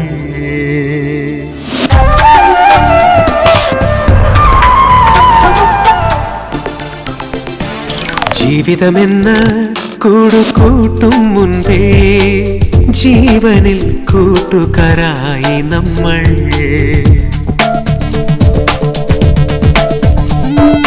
ജീവിതമെന്ന കൂടുകൂട്ടും മുമ്പേ ജീവനിൽ കൂട്ടുകാരായി നമ്മൾ.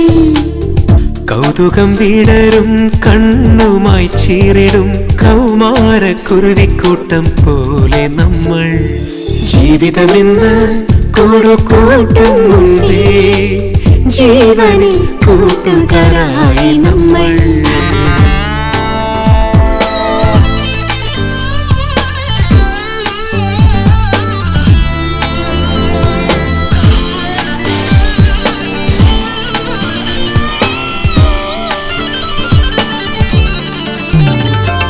കാറ്റിന്റെ കയ്യിലെ കാണാത്തൊരു ഞാനിൽ മാറ്റോടെയാടാൻ കൊതിക്കും നമ്മൾ.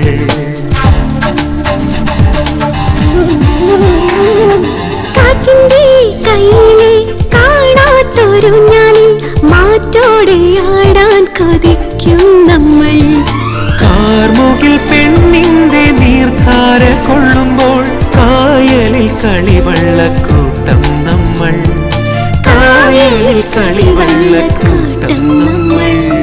ജീവിതമെന്ന കൂടുകൂട്ടും മുൻപേ ജീവനിൽ കൂട്ടുകാരായി നമ്മൾ.